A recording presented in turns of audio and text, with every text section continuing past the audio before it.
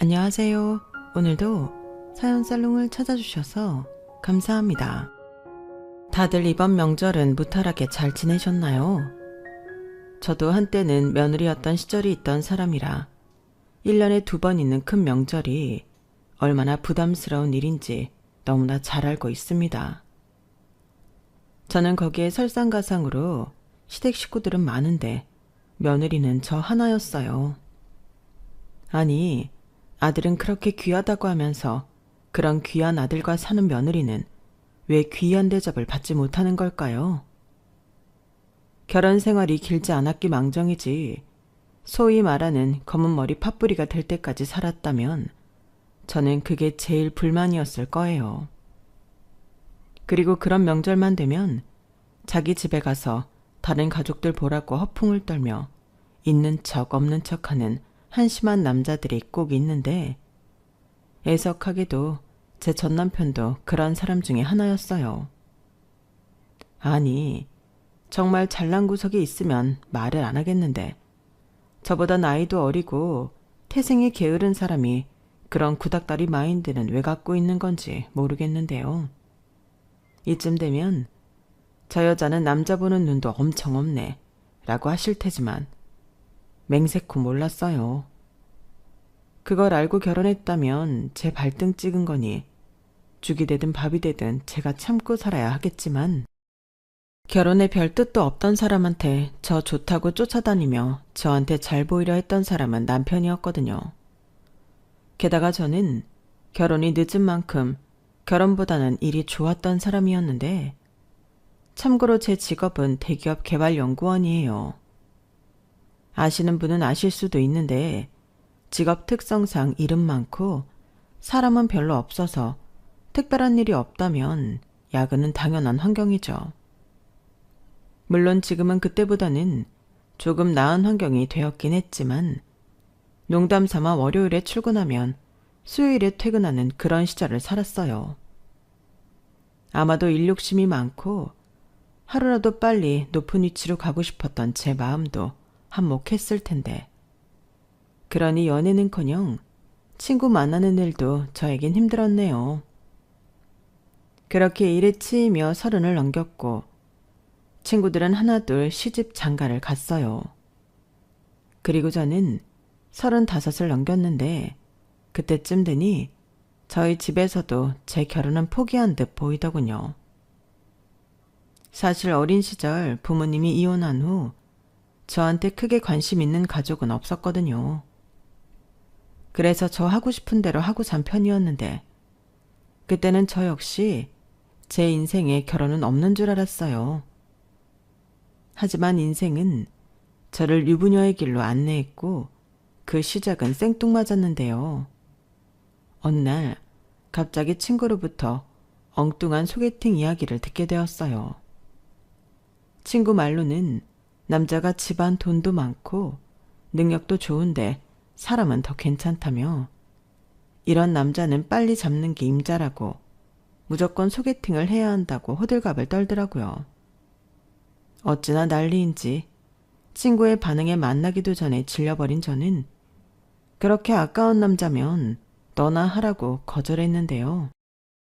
야, 나 작년에 결혼한 거 잊었냐? 하긴 바빠서 베프 결혼식 날도 주말 근무하다 늦으셨지? 내가 그때만 생각하면 너랑 확 절교를 했어야 했는데 축의금 금액이 너무나 감동적이라 그러지 못했다. 아쭈, 그러셔? 왜? 액수 보니까 절교하긴 아깝더냐? 그래, 나애 많이 낳을 거야. 돌잔치 때마다 기대한다. 아무튼 이 얘기 하려고 했던 게 아니고 너 무조건 소개팅 해. 우리 그이가 아는 동생인데 얼마 전에 같이 술 마셨거든?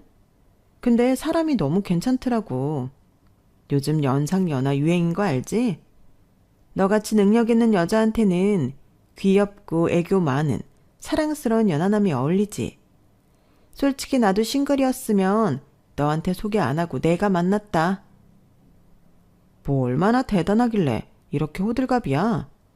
어디 얼굴이 공유라도 닮았나? 공유 스타일이 아니고 이종석 스타일. 연하라니까. 근데 얼굴만 반반한 게 아니야. 너처럼 대기업 다녀. 대학도 캐나다인가 외국에서 다녔던데? 야, 됐다. 그런 남자가 나이도 많은 나를 왜 만나냐? 이미 1차 검증 끝났거든.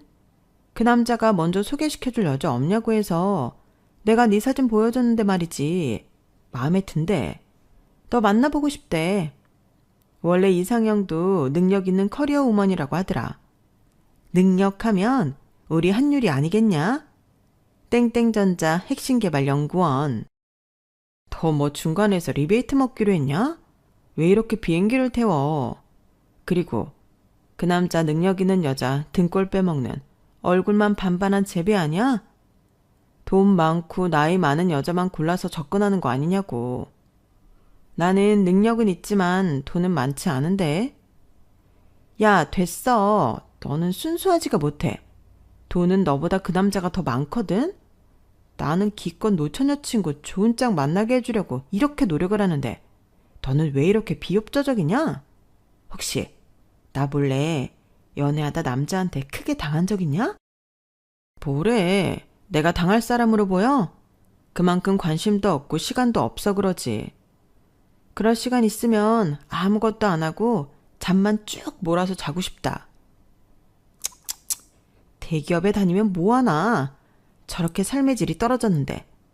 그러니까 그럴수록 연애를 해야 한단 말이야. 앞으로 봐라. 나이는 더 먹지 몸과 마음은 외롭지. 옆에 같이 있어줄 사람이 필요하다고. 너 잔말 말고 소개팅해. 네가 축의금을 두둑히 한 은혜를 내가 이렇게 갚겠다. 저는 그렇게 친구의 집요한 오기로 소개팅 자리에 나가게 되었어요. 그리고 친구 말대로 한눈에 외모가 반반한 남자를 소개받게 되었는데 생긴 것도 괜찮은데 말투와 매너는 더 괜찮더군요.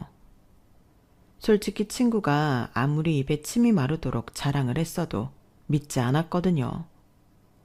그렇게 괜찮은 사람이 왜 여자친구가 없어서 연상녀를 소개시켜 달라고 할까? 만나보고 아니면 친구한테 뭐라고 해줄 생각이었는데 오히려 제가 한 방 먹은 기분이었어요. 그만큼 그 남자는 참 괜찮은 사람이었고 특히 활짝 웃을 때 들어가는 보조개가 남자지만 너무 예뻤는데 저도 모르게 홀린 듯 그 남자한테 빠지고 말았어요. 그 남자한테는 일종의 부티가 흘렀거든요. 그 부티라는 게 돈이 많아 보인다는 뜻이 아니라 사랑 많이 받고 자란 구김살 없는 막내 아들 같은 분위기였는데요. 실제로 대화를 나눠보니 위로 누나가 둘이 있고 오랜 노력 끝에 얻은 귀한 막내이자 장손이라 식구들의 사랑을 한 몸에 받았다고 하더라고요. 그리고 친구 말처럼 그 남자 집이 꽤 살았는데 서울은 아니지만 지방 도시에서는 나름 유명한 부자라는 것 같았어요. 3대째 내려오는 생갈비집을 해서 돈을 아주 많이 벌었다고 하던데 그래서 아들이고 딸이고 모두 대학은 유학을 보내 마치게 했고 중고등학교 때도 방학이면 미국이다 호주다 캐나다에 어학연수를 보냈다고 했는데 얘기를 들어보니 진짜 집에 돈이 많긴 한 것 같았어요. 그리고 집에 돈도 많아 그런지 누나들도 시집을 잘 갔는데 모두 의학 박사, 집도 내놓으라고 할 정도로 잘 사는 집들과 사돈을 맺었다고 하더라고요. 솔직히 거기까지 이야기를 들었을 때는 이유 모를 주눅이 들었어요. 아직 정식으로 만나는 사이도 아니었는데 저는 이미 조건 미달처럼 느껴졌고 반면에 이 남자는 온 식구들이 자기를 왕자처럼 떠받들어 준다고 하는데 태어나 처음으로 자신이 없더군요. 물론 그때도 이 남자는 저에게 허풍 섞인 농담을 잘했는데 그때는 제가 순수한 건지 아니면 연애 경험이 없어서 감이 없던 건지 농담도 진담으로 알 때가 많았거든요. 진짜 잘난 사람이 잘난 척을 하는데 그냥 다 사실 같더라고요. 그리고 정식으로 만나는 건 아니었지만 한 3번인가 4번째 만날 때 이 남자가 정식으로 저에게 사귀고 싶다고 했고 결혼을 전제로 만나자고 했는데 과연 결혼까지 가능할까? 의구심이 들면서 거절하지 못했어요. 제 마음도 이미 그 남자에게 넘어간 상태였거든요. 사실 저에겐 아픔이라면 아픔이 있었어요. 앞서 잠깐 언급했지만 부모님 이혼 후 저에게 관심을 가진 사람들이 아무도 없었기에 저는 늘 혼자 모든 결정을 다 해야만 했고 마음이 많이 외로웠는데요. 그렇다 보니 저는 어릴 때부터 걱정 없고 티 없이 자란 사람에 대한 부러움과 동경이 있었어요. 소개팅을 주선해준 친구도 그런 유형의 사람이었는데 가족들 사랑을 듬뿍 받고 자라서인지 밝고 여유 있는 모습이 좋았거든요. 그런데 소개팅으로 만난 그 남자는 그 친구보다 더한 사람으로 저와 결혼까지 생각한다고 하니 설레었는데 친구 말처럼 저런 남자를 마다할 여자가 누가 있을까 싶었어요. 그렇게 그놈과 빌어먹을 연애를 시작했고 저에게 닥쳐올 미래도 모르고 세상에서 가장 좋은 걸 손에 넣은 사람처럼 의기양양했는데요. 그놈과 2년 조금 넘은 연애 기간을 함께하면서 내내 즐거웠네요. 같이 있으면 웃게 되고 별것도 아닌 일로 설레며 사랑을 키웠는데 그러니 이놈한테 그런 치명적인 문제가 있다는 걸 모르고 결혼까지 쭉 달리게 된 거예요. 그놈을 만나는 동안 저희는 정말 아무 문제 없었거든요. 다만 호의를 받고 배려를 받는 것이 너무 익숙해서인지 이 남자는 그게 고마운 거라는 건 잘 모르는 것 같았는데 그땐 그 심각성을 알지 못했어요. 왜 외동으로 자라면 이기적이라는 말이 있잖아요. 저는 그 남자의 그런 점도 딱 그 정도라고 생각했거든요.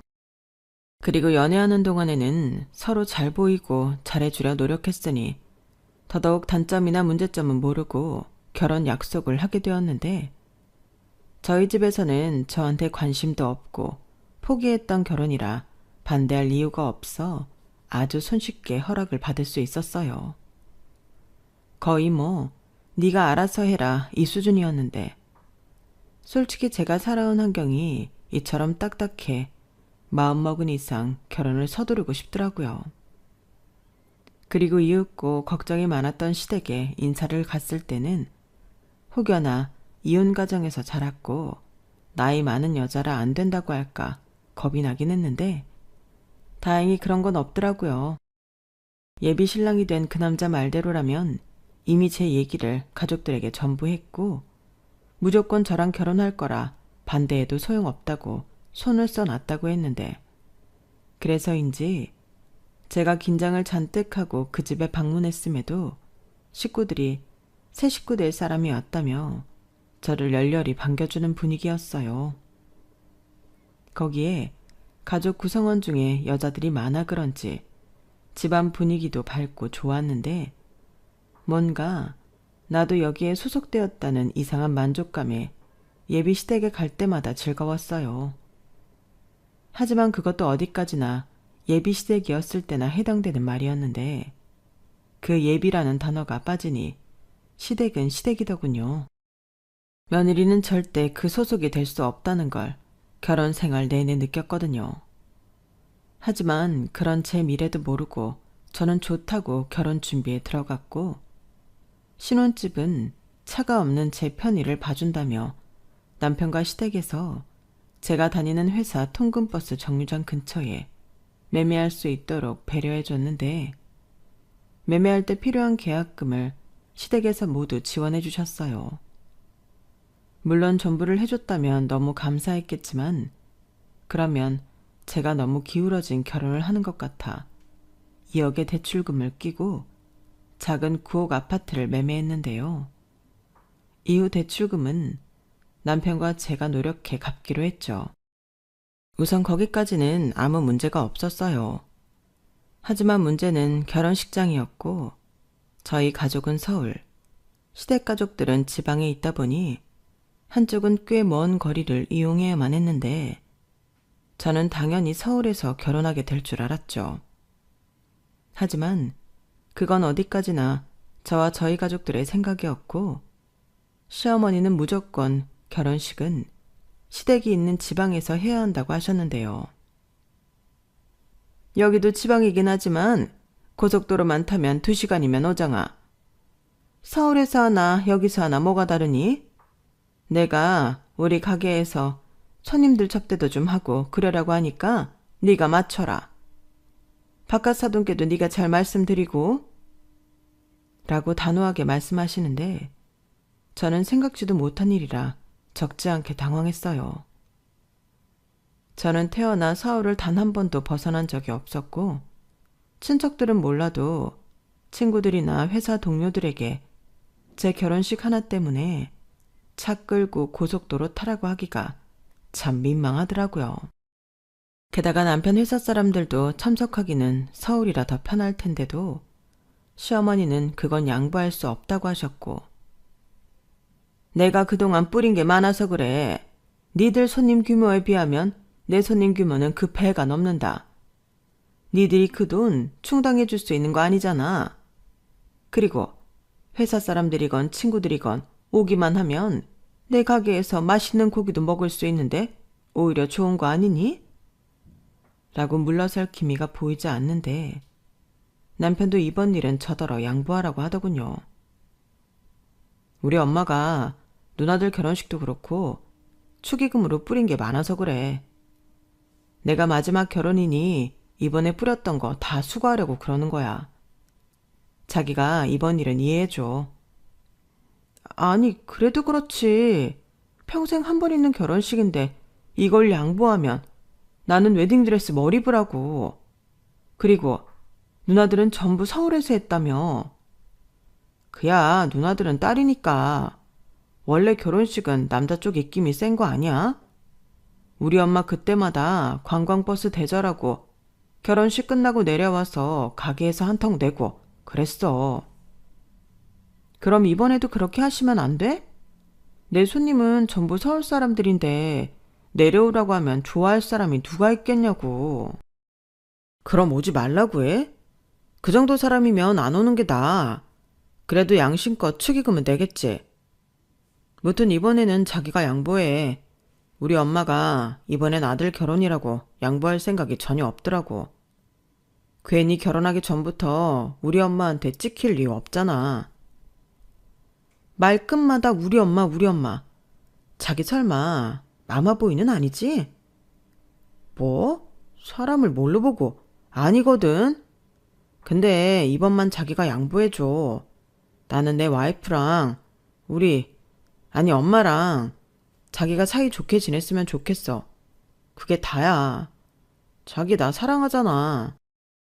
남편은 그 뒤로 계속 저에게 조르고 애교를 부리며 결혼식을 자기 엄마 뜻대로 해주자고 설득했어요. 대신 웨딩드레스는 촌스럽지 않은 걸로 마음에 드는 걸 고르면 그게 얼마이건 사주겠다고 했는데 그땐 솔직히 흔들렸어요. 대한민국에 웨딩드레스를 사서 결혼하는 여자는 많이 없잖아요. 하지만 마음에 드는 드레스는 1, 2천원 우스웠고 저걸 어디 가서 또 입을 것도 아닌데 그렇게 큰 돈을 주고 산다는 것이 돈지랄 같았는데 남편도 그 정도 할 줄 몰랐는지 웨딩드레스 가격을 보고 아무 말도 못하더라고요. 그래서 드레스는 사지 않고 마음만 받기로 했는데 그렇다고 이미 계약한 결혼식장을 취소할 순 없어 최대한 저희 측을 배려해준다는 조건으로 저는 지방에서 결혼식을 올렸어요. 그런데요, 시어머니 말로는 최신 건물이라고 하던데 무슨 옛날 궁전 같은 곳에서 결혼식을 올렸다니까요. 덕분에 친한 회사 동료와 친구들에게 내내 아방궁의 공주였다는 등 놀림을 받긴 했지만 그것 말고는 제가 원하는 대로 혼수와 신혼여행을 결정할 수 있었기에 누가 더 손해랄 것도 없이 그 부분은 일단락이 되었죠. 저는 그렇게 아무런 문제 없이 행복하게만 살 줄 알았어요. 하지만 문제는 그 다음부터 시작되었고 결혼하고 4개월 정도가 지났을까? 남편이 회사 생활이 너무 힘들어 퇴사하고 싶다고 했는데 저는 깜짝 놀라 무조건 안 된다고 설득했죠. 자기야, 회사 생활이라는 게 원래 호락호락하지 않는 거잖아. 내내 잘 다녀놓고 왜 이제 와서 그래. 조금만 참으면. 내가 더는 못 참겠어서 그래. 그 전에도 힘들었는데 겨우겨우 참고 다녔어. 이젠 한계라고. 나 조금만 쉬었다가 다른 회사로 이직할게. 미안하지만 이직이 뭐 그렇게 쉬워? 그럼 이직 준비를 하고 다음 회사 내정되면 그때 퇴사해. 그건 내가 이해할게. 나 좀 쉬자. 당분간은 아무 생각 없이 좀 쉬고 싶어서 퇴사하고 싶은 건데 바로 이직 회사를 구해놓고 쉬는 거면 그게 쉬는 거야? 당장은 생활비 문제도 있고 자기가 부담해야 할 부분이 많아지겠지만 대신 내가 용돈 달라는 말은 안 할게. 아니, 돈 문제도 돈 문제지만 그렇게 쉬기 시작하면 다시 회사 다니기 더 힘들어질까 봐 그래. 나도 힘들 때 많았어. 더럽고 치사해서 사표 쓰고 싶었던 적이 한두 번이 아니었다고. 그래도 버텨야지. 회사에서 자르겠다고 하는 것도 아닌데 어렵게 들어간 회사 아깝지 않아? 나는 회사 어렵게 들어가지 않았는데. 그리고 왜 힘든데 버텨? 그런 마인드가 나를 숨막히게 하는 거야. 자기도 은근히 꼰대 기질이 있어. 내가 이래서 조직 생활에 취약하다니까? 아무튼 내 인생이니까 내가 결정할 거고 최대한 자기한테 피해는 주지 않도록 노력할게. 이쯤 되면 저는 남편이랑 사는 게 아니라 낳지도 않은 아들이랑 사는 것 같았는데 자식이 말을 안 들을 때 부모 가슴이 얼마나 답답한지 미리 경험한 기분이었어요. 그리고 제가 더 설득할 새도 없이 남편은 회사를 그만뒀는데 그게 결혼하고 5개월이 채 되지 않았을 때였어요. 그 후 생활비는 온전히 제 몫이었고 뭐 애도 아직 없고 두 식구 먹고 살 정도는 제 벌이로 큰 부담은 아니었는데 그래도 이게 은근히 기분이 별로였죠. 아무리 결혼을 했다고 하지만 제가 다 큰 성인 남자를 부양해야 할 의무는 없잖아요. 하지만 남도 아니고 남편이 정신적으로 그렇게 힘들다고 하니 울며 겨자 먹기 식으로 남편의 뜻을 존중할 수밖에 없었는데 제 주변에서도 이런 사실을 알고 저한테 위로의 말을 전하곤 했어요. 괜히 남편 우울증 와서 힘든 것보다 그게 더 나아. 자기 신랑 아직 어리고 능력 있잖아. 좀 쉬다 보면 금방 재취업하겠지. 그 정도 스펙이면 어디든 못 가겠어? 라고 하는데 그래도 저게 말뿐이긴 하지만 저에겐 위안이 되더라고요. 그리고 이미 엎어진 물, 저도 그렇게 생각하고 싶었는데요.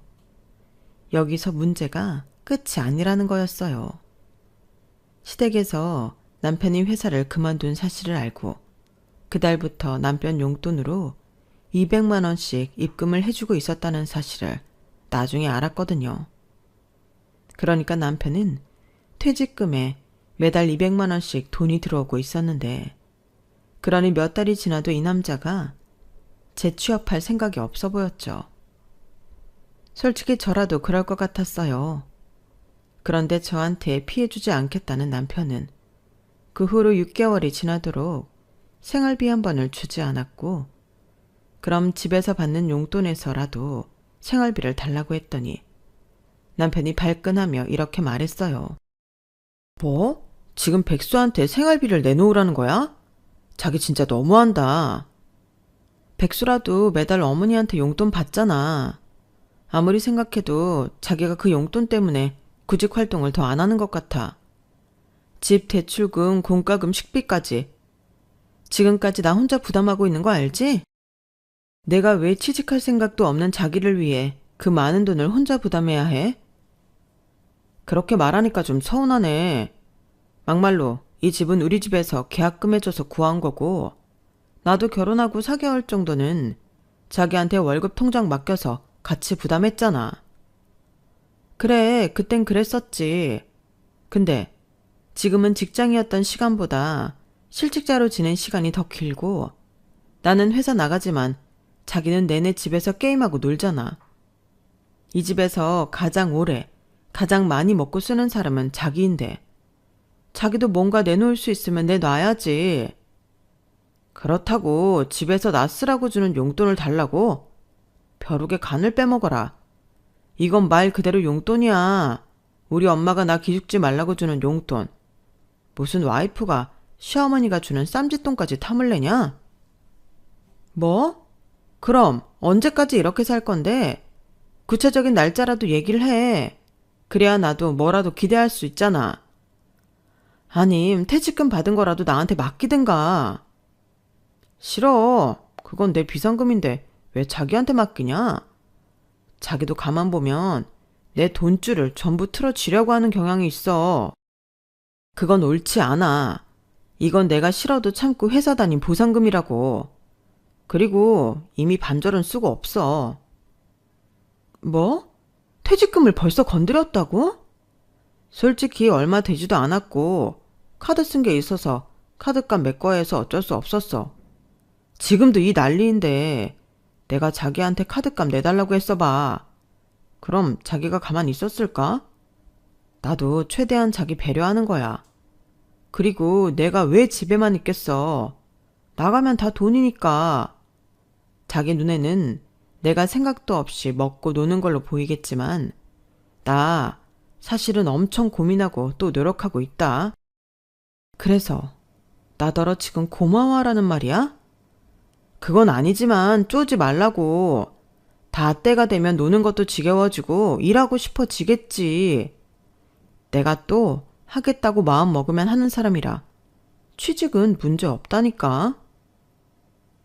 남편은 어디서 나오는 자신감인지 백수 주제에 매사가 자신만만했어요.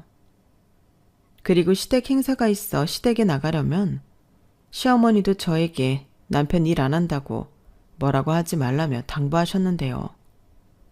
저런 엄마가 있으니 그 아들이 오죽할까 싶었어요. 남편 기죽이지 말아라. 내가 너 생각해서 우리 아들한테 용돈 보내주고 있는 거야.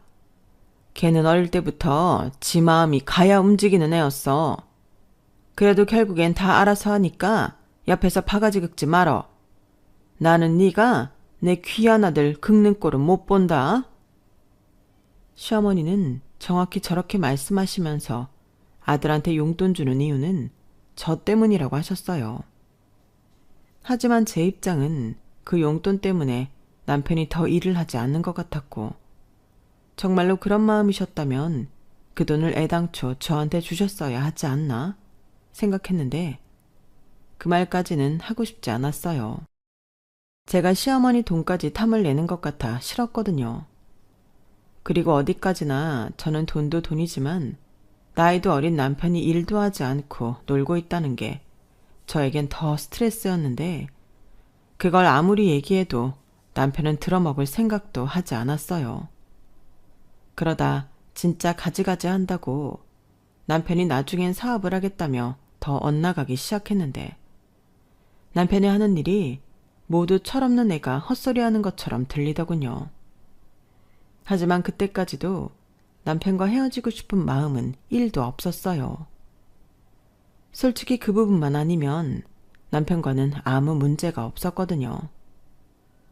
남편은 여전히 자상했고 또 유머러스하며 같이 있으면 즐거웠는데 내가 정말 때 묻은 꼰대고 속물이라 그런 건지 남편이 그만 놀고 취직을 했으면 좋겠다고 생각했어요. 하지만 아들 다루듯 구슬리면서 남편 마음을 돌리는 시간이 많이 걸렸는데 그렇게 6개월이 지나 1년을 채우더군요. 그때 명절을 2번 겪었는데 당신 아들이 백수에 놀고 먹는 걸 아시면서도 그 집에선 귀한 어화둥둥 막내 아들이었어요. 그에 반면 저는 무수리 같은 며느리였는데 시어머니가 명절 전날까지 장사를 하셨기 때문에 모든 일이 제 차지가 되었죠. 아니, 며느리 없을 때는 어떻게 했던 건지 정말 도와주는 이가 하나도 없었어요. 그런데 시어머니는 올해는 너도 있고 우리도 제대로 명절 음식 처형만 해서 차례상 올리자. 조상님들 대견해 하실 거야. 라며 장만 한가득 봐서 음식 리스트만 뽑아 보내셨어요. 나이도 그만큼 먹었으면 이 정도는 할 수 있지? 뭐 할 줄 몰라도 요즘은 인터넷 찾으면 다 나오잖아. 우리 똑똑한 며느리는 잘 할 거라 믿고 나는 장사 갔다 온다. 수고해라.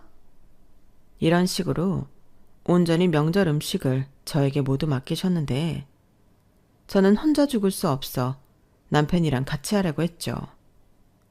그런데 한 번은 뭣도 모르고 저랑 음식을 했던 남편은 다음 명절엔 고향 친구들이랑 약속이 있다며 일찍이 내뺐고 정말 분노에 차서 음식을 만들었는데 나중에 신우들이 와서는 음식이 싱겁다, 모양이 안 예쁘다 말이 많더군요. 그것도 꼴보기가 싫고 그 입으로 제가 만든 음식 들어가는 것도 짜증났는데 남편은 지가 백수라는 게 쪽팔린 건지 아니면 뭐라도 자랑을 하고 싶었던 건지 없는 얘기를 하며 허풍을 떨었는데 그 모습은 과히 충격적이었어요. 남편 말만 들으면 남편은 놀기만 하는 게 아니고 계획이 다 있고 저는 그것도 이해 못하고 속도 좁아서 나의 어린 남편에게 잔소리를 하지만 자기가 워낙에 논리적이라 제가 깨갱하고 사는 줄 알겠더라고요. 그렇게 뻔뻔하게 자기 식구들에게 뻥을 날린 남편은 나중에 집에 오는 길에 자기가 한 말이 민망은 했는지 저에게 아니 우리 가족들이 걱정할까 봐 안심시키느라 내가 좀 오바했지. 근데 전부 거짓말은 아니야. 나 진짜 계획 있잖아. 라며 자기가 왜 뻥을 쳤는지 변명을 하는데 듣고 싶지도 않았어요. 그렇게 2번의 명절을 지내니 아, 이래서 며느리들이 명절 따위 없어졌으면 좋겠다고 하는 거구나.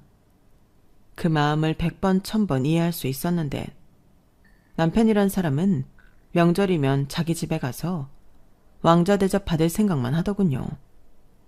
그리고 시아버님은 결혼 전부터 느낀 건데 별로 존재감이 없었는데 큰 신우 말에 의하면 시어머니가 지금의 가게를 물려받기 전까지는 그 기세가 무서웠다고 하더라고요. 하지만 시어머니가 본격적으로 가게 주인이 되고 식당이 그 전보다 훨씬 더 잘 되고 나서부터는 입김으로는 시어머니를 이길 수 없게 되었는데 그 후로는 모든 결정권과 키를 시어머니가 쥐고 흔들었다고 했어요. 그러니 제 입장에선 제 편도 아니었고 저는 철저히 혼자 외롭게 명절 연휴를 보냈는데 제가 이상한 건지 명절이라고 친정에 가고 싶은 마음도 없었어요. 전만 빼면 단란하기 그지없던 시댁 분위기와 상반되게 저희 친정은 명절 분위기라고는 찾아볼 수 없었거든요. 그건 제가 어릴 때부터 쭉 그랬어요. 그래서 그냥 저희 집에 가서 저녁만 같이 먹고 집에 와서 쉬곤 했는데 남편이 쉬고 있는 저에게 그러더군요. 이렇게 친정은 밥만 먹고 오는 거면 명절은 앞으로 자기 집에서 쭉 있다가 누나들이랑 같이 마지막 날 같이 올라오자고요. 뭐? 그럼 나더러 시댁에서 명절 연휴를 다 보내란 말이야? 왜? 자기는 장인어른이랑 별로 안 친하잖아.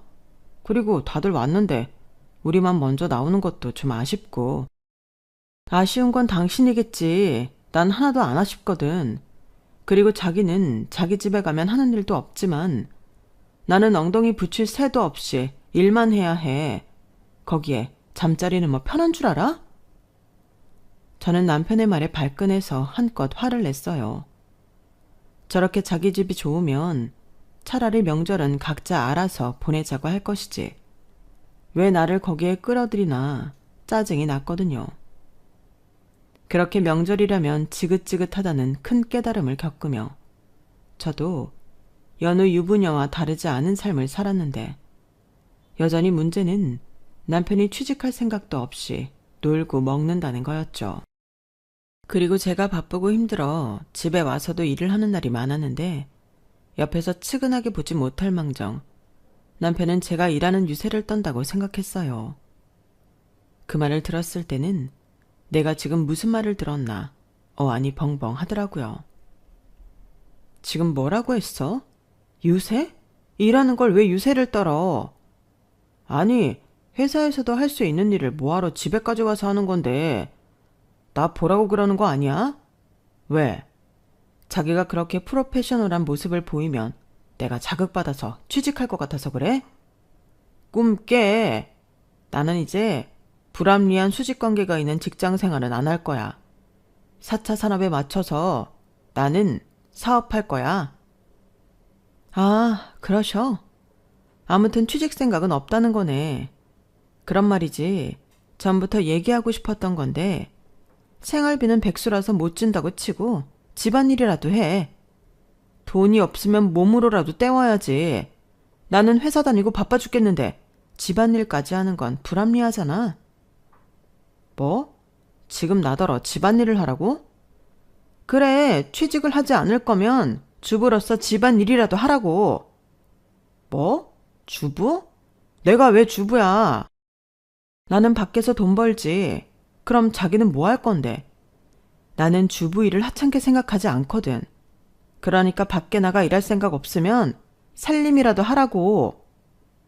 아까 내 말 못 들었어? 나 사업할 거라고. 4차 산업. 알겠으니까 그 4차 산업 사업하기 전까진 집안일 하라고. 나한테 피해 안 준다며. 자기는 유세 떤다고 하지만 자, 봐봐. 나는 집에 와서까지도 쉬지 못하고 일하는데 집안일까지 어떻게 해? 적어도 내가 마음 편하게 일할 수 있도록 배려 부탁해. 아니지. 나는 집안일 따윈 할 줄도 모르고 하고 싶지도 않아. 내가 왜 그런 하찮은 일을 해야 해? 그냥 지금처럼 해. 내가 자기한테 집안일 가지고 뭐라고 하지 않잖아. 하찮다고? 나는 집안일 하찮다 생각하지 않는데 자기는 그렇구나. 그래서 집안일도 안 하고 아무것도 안 하는 거구나. 어릴 때 일하지 않은 자 먹지도 마라. 이런 말 못 들었나 봐? 못 들었어. 지금 시대가 어떤 시대인데 그런 말을 해? 그런 말 하니까 자기 엄청 늑다리 같다. 그리고 난 일하지 않아도 돈은 따박따박 들어와. 용돈. 저는 남편의 깐족거림에 두 주먹을 불끈 쥐었어요.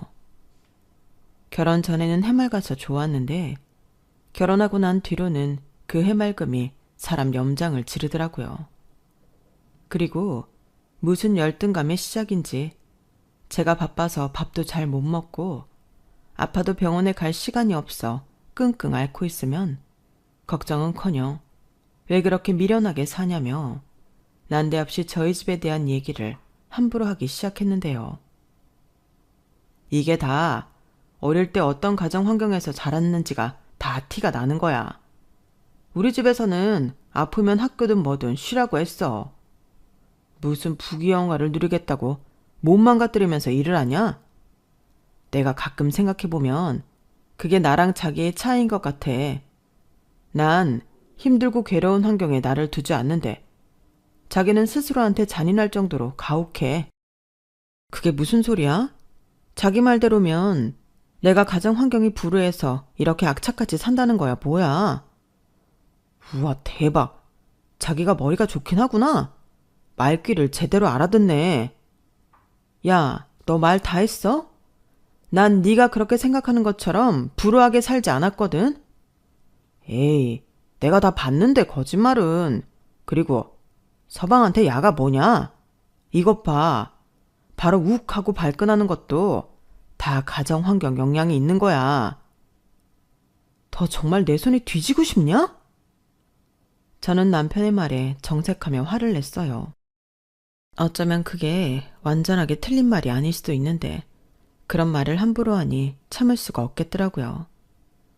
그래서 그날은 여보 당신이 아닌 누나 동생으로 제대로 한판 붙었는데 남편은 처음부터 끝까지 제가 부모 사랑을 받지 못해서 분노 조절도 못한다는 등 선을 넘어도 한참 넘었어요. 그래서 그 일로 저는 빈정이 심하게 상해버렸고 남편을 지나가는 똥개 보듯 무시했는데 저는 어차피 바쁜 사람이라 남편을 신경 쓰는 게 일이지 무시하는 건 일도 아니었어요. 하지만 제가 대기업을 다니면서 일하는 것에 열등감이 있었던 남편은 제가 자기를 무시한다는 것을 참지 못했고 제가 겨우 지친 몸을 침대에 누이고 잠이 들었을 때 술에 취해서는 저를 깨웠어요. 그리고 한다는 소리가 뭐였는 줄 아세요? 야, 너 대기업 다닌다고 유세 떠냐? 우리 집이 너네 집보다 훨씬 잘 살고 우리 매형이 의사고 교수야. 쥐뿔 잘난 것도 없는 게 사람을 무시하고 지랄이야. 야, 너 서방님한테 똑바로 안 해? 죽을라고. 남자는 하늘, 여자는 땅이야. 너, 내가 사업해서 너보다 돈 더 많이 벌면 그땐 어쩌려고 그러냐? 지랄하고 자빠졌네. 야, 할 일 없으면 발이나 닦고 잠이나 자. 왜 힘들게 일하고 온 사람 잠도 못 자게 건드리는데? 이것 봐. 또 일한다고 유세 떨지. 너는 내가 만만하냐? 그래. 너 같으면 백수가 무섭겠냐? 그리고 유세 떠냐고 그만 얘기할래? 하늘이고 땅 좋아하네. 넌 그냥 노는 게 좋은 뽀로로야, 이 펭귄 새끼야. 그리고 네 매형이 의사고 교수면 뭐? 그게 너랑 무슨 상관인데? 네가 의사고 교수야? 생각하는 것도 꼭 7세 수준이네. 너 유학 가서도 공부 안 하고 놀기만 했지? 아니, 애당초 여기서 대학 못 갈 것 같으니까 돈 주고 학교 들어간 거 아니야? 뭐? 너 말 다 했어?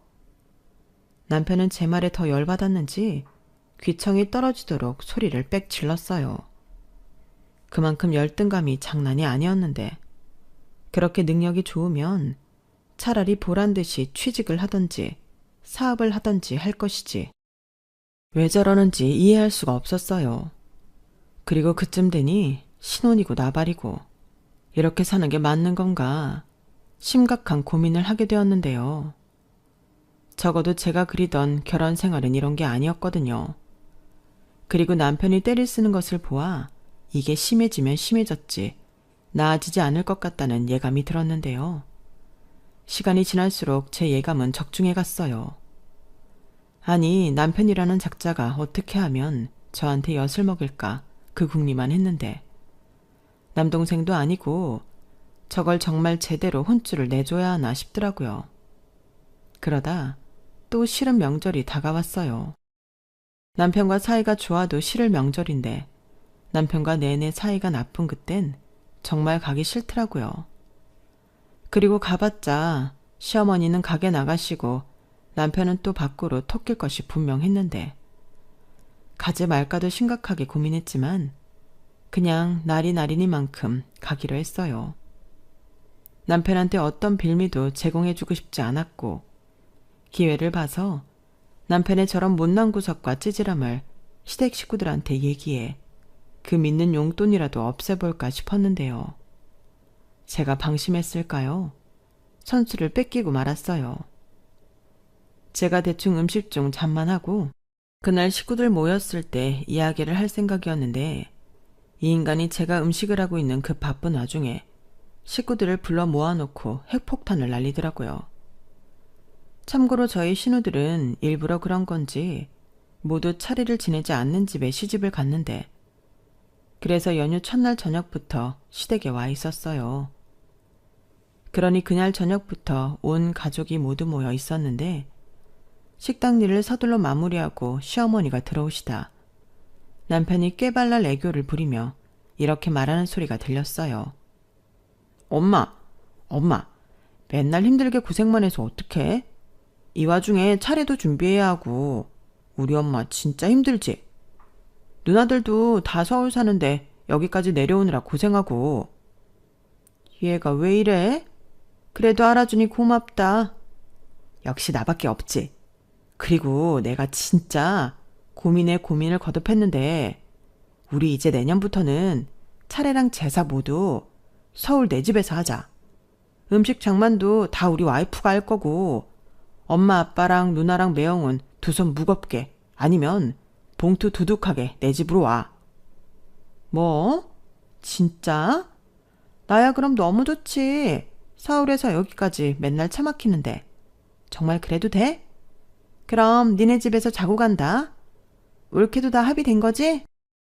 그럼 남편이 하자고 하는데 자기가 어떻게 토를 달아? 우리 집은 내 말이 법이야. 저 말을 듣는데 저는 가만 이성의 끈이 뚝 끊어지는 것 같았어요. 그래서 조용히 일어나 앞치마를 벗었고 남편한테 여기로 오라고 손가락질을 했는데 남편은 희죽희죽 웃으며 오지 않더라고요. 오히려 왜? 자기가 말할 건데 내가 해버려서 서운해? 그럼 자기도 여기 와서 말해. 내년부터 명절 제사 다 우리 서울집에서 하자고.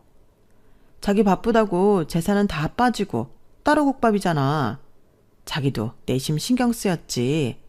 그니까 싹 다 우리 집에서 하면 그럴 일도 없잖아. 제사 준비도 알아서 할 수 있고. 그치 자기야? 라며 끝까지 저를 자극했는데 자기는 무슨. 저는 그 순간에 더는 니네 자기는 못 해먹겠다고 생각했어요. 자기 식구들한테나 귀염둥이 막내둥이지. 저한테는 죽이고 싶은 남의 편일 뿐이었으니까요. 그리고 제가 벌어온 돈으로 먹고 사는 주제에 저런 겁없는 말을 한다는 것 자체가 저는 용납이 되지 않았는데 이렇게 된 이상 이혼하지 않으면 제가 바보 천치에 등신 머저리라고 생각했어요. 그렇게 저는 아무런 말도 하지 않고 짐을 쌌고 어렵긴 했지만 콜택시를 잡아 서울 집으로 가버렸는데요. 남편은 저를 따라오지 않더군요. 오히려 고마웠어요. 그래서 바로 집에서 제 짐만 대충 쌌고 친정 아빠 집으로 향했는데요.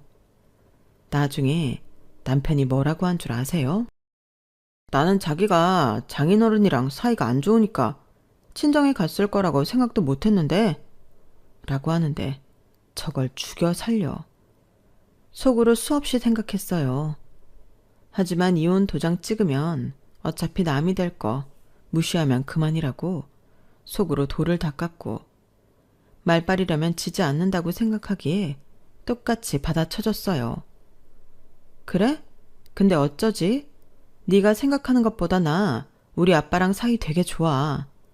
그리고 더는 너같이 덜 큰 애랑은 못 살겠다. 우리 이혼하자. 뭐? 이혼? 지금 나랑 이혼을 하겠다고? 왜? 설마 내가 제사랑 차례 우리 집에서 하겠다고 했다고 보이콧 뭐 그런 거 하는 거야? 보이콧이 아니라 이혼이라고. 너 아까 잘도 말하더라. 제사와 멍절 내 집에서 하겠다고. 그러니 네 집에서 실컷 해. 진짜 쫌스럽다. 아니 여자가 시집을 왔으면 그 집 제사 지내는 건 당연한 일이지 뭘 그래. 난 자기 편의를 봐준 거야. 그래? 그럼 봐주는 김에 남은 내 인생의 편의도 좀 봐줘. 내가 왜 니네 엄마도 아닌데 너를 먹여 살려야 하는 건데? 뭐야? 아직도 그 얘기야? 너는 지겹지도 않냐? 너 같은 소리 하네. 내가 너보다 3살이나 많아. 어디서 누나한테 너래? 너 같은 덜 자란 애는 평생 결혼하지 말고 니네 엄마 용돈이나 받고 엄마 하고 살아. 괜히 엄한 남의 집 딸 데려다 고생시키지 말고. 너 누나 말 무슨 뜻인지 아니? 넌 누나가 둘이나 있는데 이런 거 가르쳐주는 누나는 없었어? 남편은 제 말이 딱 지 수준에 맞게 전달이 되었는지 전에 없이 불같이 화를 냈어요. 그리고 친정으로 쳐들어왔는데 그땐 이미 저도 친정 아빠한테 이혼하겠다고 말씀을 드린 후였고 그 이혼의 이유도 설명을 드렸는데 원래 무뚝뚝한 성격이라 그때는 뭐라고 말이 없으셨어요. 그런데 막상 문제의 사위가 저와 단판을 짓겠다며 쳐들어오자 저희 아빠가 취미로 하고 있는 야구 배트를 들고 현관문을 여셨는데 몽둥이가 무섭긴 했는지 바로 주랭랑을 치더라고요. 그런데 저희 아빠가 달리기도 엄청 빠르거든요. 저희 아빠는 도망가는 그놈을 야구 배트를 들고 쫓아가셨어요. 그리고 다시 집으로 돌아온 아빠의 얼굴은 터질 듯이 시뻘개지셨는데 그날 이후 남편은 저한테 연락도 하지 않고 찾아오지도 않았죠. 하지만 저는 이혼을 해야 했기에 그놈을 싫어도 한 번을 만났어야 했는데 그래서 딱 그 수준에 맞춰서 구청에 있는 동네에 외식을 하자고 꼬셨어요. 보통의 성인 남자면 그깟 걸로 넘어오지 않을 것 같았는데 그 와중에 외식이라는 말에 꽂혀서 좋다며 뭐 먹을 거냐고 지는 돈가스가 먹고 싶다고 답장을 보내었더라고요. 정말 그 답장이 기가 막혀서 웃음이 나왔어요. 그리고 사실 저는 집을 나올 때 이혼할 생각이 있었기 때문에 남편 도장까지 챙겨서 나왔는데 신분증이야 지갑에 늘상 가지고 다닐 테고 구청에만 끌고 가면 끝날 일이었죠. 그래서 남편이 좋아하는 돈가스 사서 먹이고 저는 커피 한잔 하자고 구청으로 데리고 갔어요. 그러자 관공서에서 커피를 마시냐며 남편은 호기심 가득한 얼굴로 두리번거렸고 저는 이렇게 말했어요. 이혼 서류 쓰고 도장 찍은 후 자판기 커피 사이좋게 뽑아 먹고 헤어지자고요.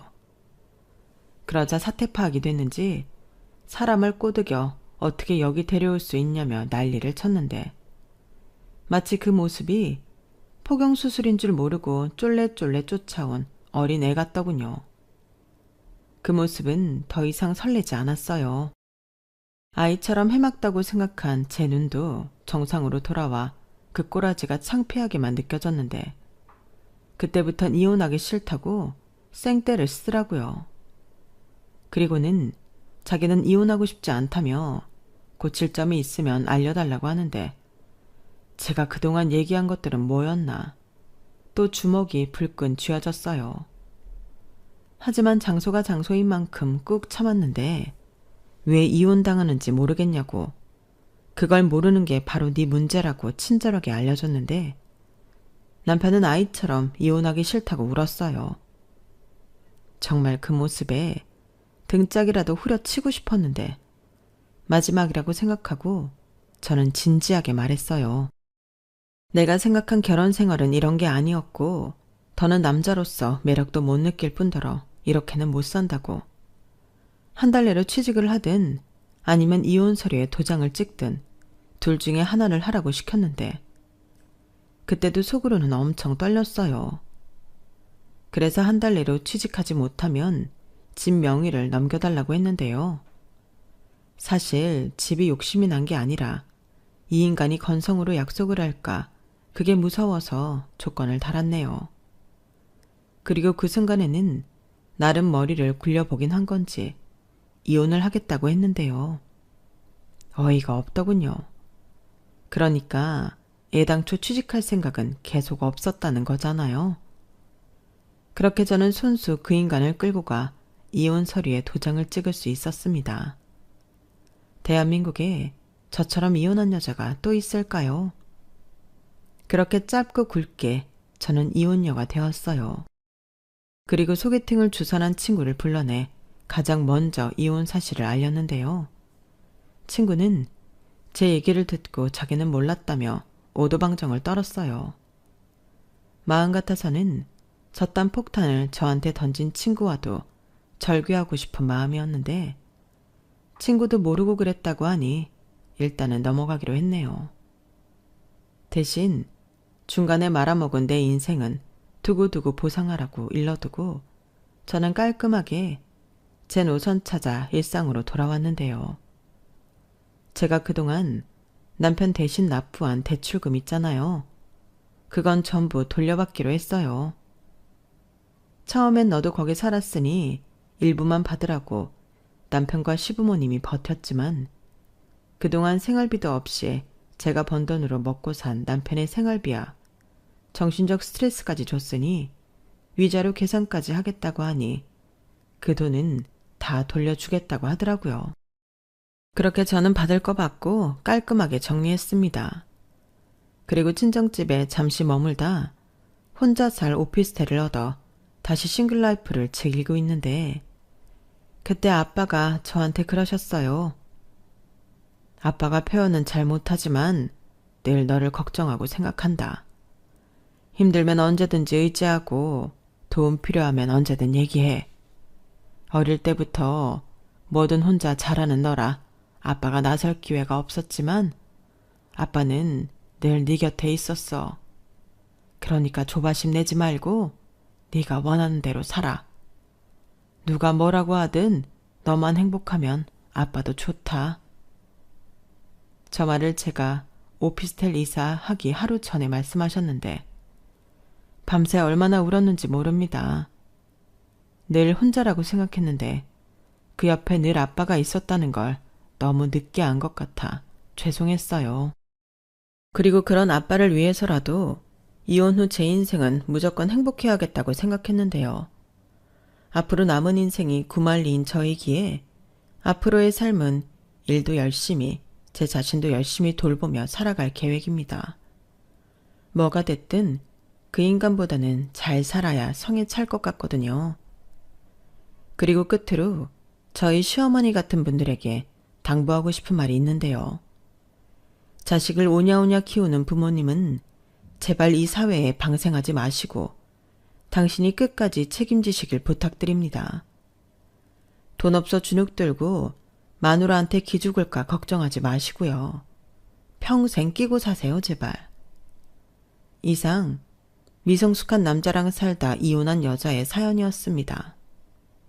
그나마 다행이라면 제가 오래 참고 살진 않았다는 거예요. 만약 더 참고 살았다면 더 어이없는 일을 많이 당했겠죠.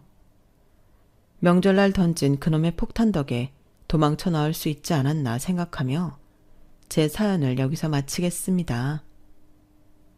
명절 지나고 우리나라 이혼율이 급히 올라간대요.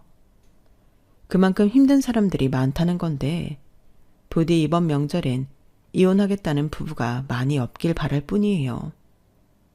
거기에 아울러 이제 우리의 명절 문화도 바뀌었으면 좋겠다고 생각하는데 일하는 사람 따로 있고 즐기는 사람 따로 있는 불공평한 날이 아닌 가족 모두가 즐거웠길 바라는 마음입니다. 그럼 제 사연 끝까지 함께 해주셔서 감사드리고요. 늘 건강하시고 앞으로의 모든 날이 행복하시길 진심으로 바라겠습니다. 안녕히 계세요. 여러분, 사연 댓글에 응원과 현명한 조언 부탁드려요. 좋아요와 구독은 저에게 큰 힘이 됩니다. 오늘도 좋은 일 가득하세요.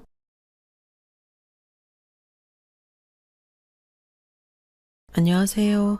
오늘도 사연 살롱을 찾아주셔서 감사합니다. 저는 제주도에 사는 20대 후반의 여성이에요.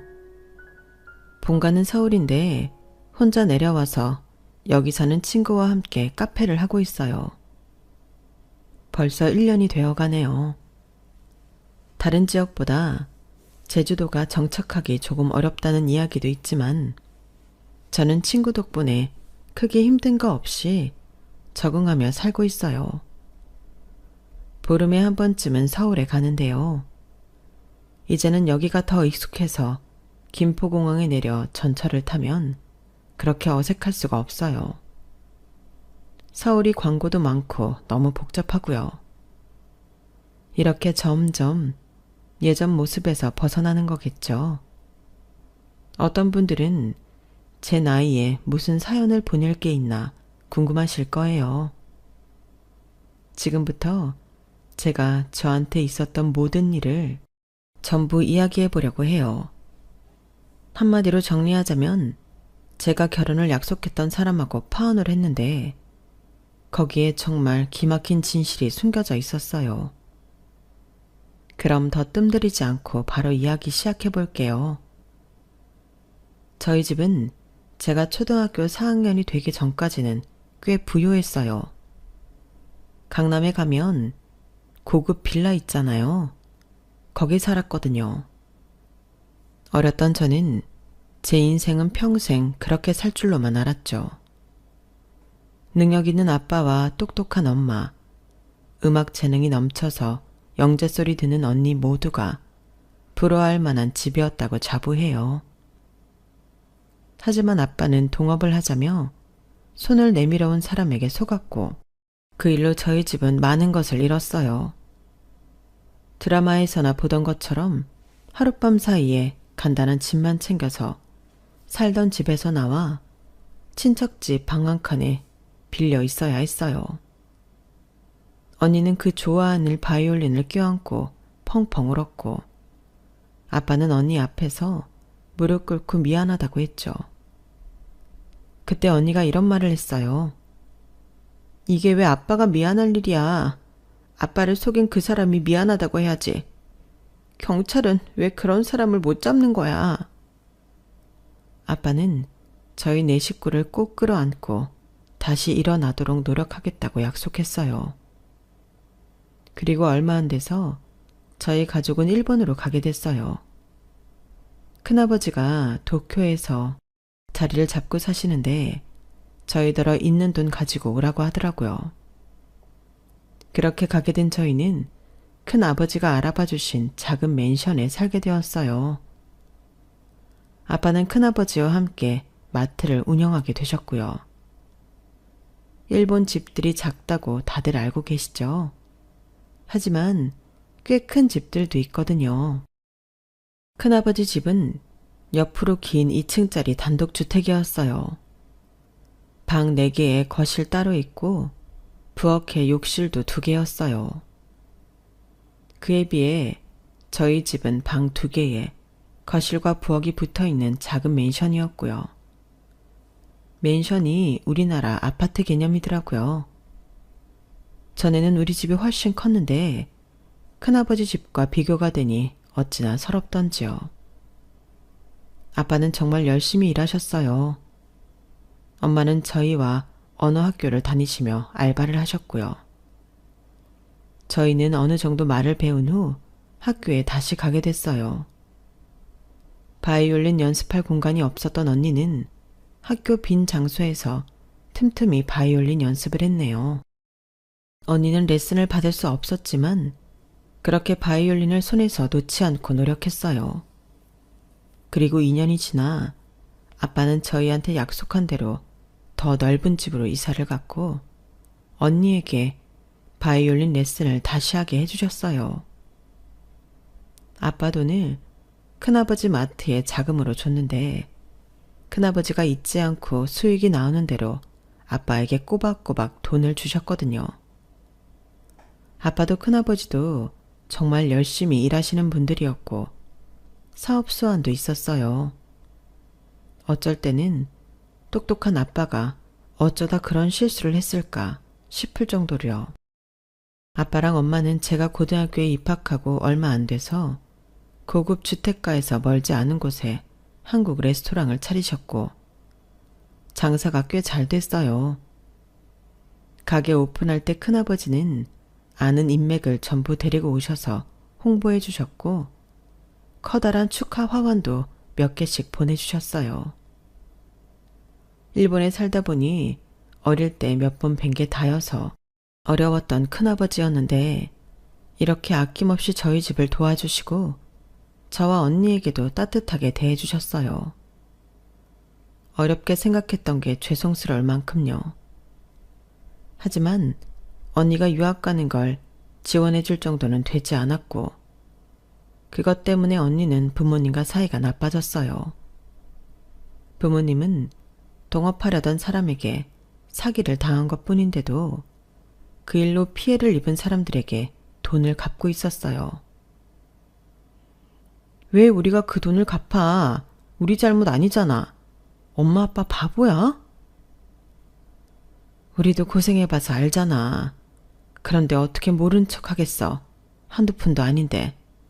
조금이라도 갚아야지. 그러니까 한두 푼도 아닌 그 돈을 우리 잘못도 아닌데 엄마 아빠 착한 척 하느라고 나만 피해봐야 돼? 엄마 아빠는 남 걱정만 하고 나는 어떻게 되든 상관없어? 언니는 그때 미국 음대에 합격했어요. 입학금과 1년 등록금은 장학금을 받게 됐지만 생활비나 방을 빌릴 돈이 없었기 때문에 부모님과 상의를 했어요. 하지만 부모님은 여유가 없다고 했어요. 미안하다면서요. 저는 언니와 부모님 사이가 멀어지는 걸 그저 지켜볼 수밖에 없었어요. 저에게 아무 힘도 없는 게 너무 속상했죠.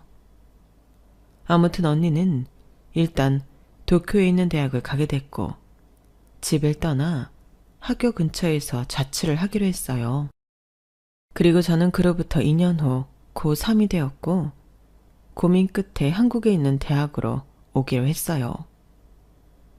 그런 결심을 하게 된 건 고3이 된 후부터 외할아버지가 많이 아프셔서 엄마가 한국과 일본을 왔다 갔다 했는데 외할아버지가 나을 기미가 보이지 않았고 장녀인 엄마가 옆에 있기를 바라셨거든요. 저는 엄마와 먼저 상의를 하고 외갓집에서 대학을 다니기로 했어요. 아빠한테도 알렸고요. 그래 선이야, 잘 생각했다. 아빠도 언젠가는 한국에 다시 돌아가고 싶었거든. 너랑 엄마가 거기서 먼저 있으면서 아빠가 갈 날을 기다려주면 좋겠다. 아빠는 저와 엄마의 결정에 찬성했고 언니도 잘해보라고 했어요. 언니는 엄마 아빠가 화해를 했고 아빠는 언니가 미국으로 대학원 갈 준비를 하라고 했어요. 아빠는 그동안 언니 유학 자금을 모으고 있었던 거였어요. 그걸 안 언니는 울음을 터뜨리며 그동안 자기가 잘못했다고 했고 아빠도 미안하다고 했어요. 이렇게 가족이 마음 아프고 흩어져 살아야 하는 게 다 돈 때문이라는 사실이 저는 너무 속상했고 화도 났어요. 저는 경영학과에 들어가 돈을 벌고 운영하는 것에 대한 공부를 하기로 결심했어요. 뭐든 열심히 해서 성공을 하고 싶다는 생각이었고 그러려면 경영학과 공부를 해야 될 것 같았거든요.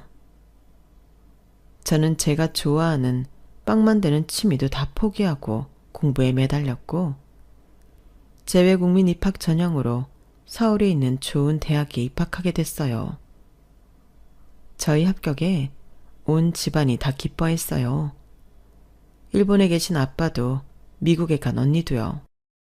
저는 아빠와 통화를 하며 이렇게 말했어요. 아빠, 내가 꼭 아빠 힘이 될게. 조금만 기다려. 오냐 우리 딸, 이제 다 컸구나. 아빠 잘못으로 마음고생도 많이 했는데 이렇게 훌륭하게 컸어. 아빠는 더 바랄 게 없어. 무슨 소리야 그게. 왜 아빠 잘못이야. 속인 사람 잘못이지. 그런 말 하지 마. 저는 한국에 와서 정말 열심히 공부하고 알바도 했어요.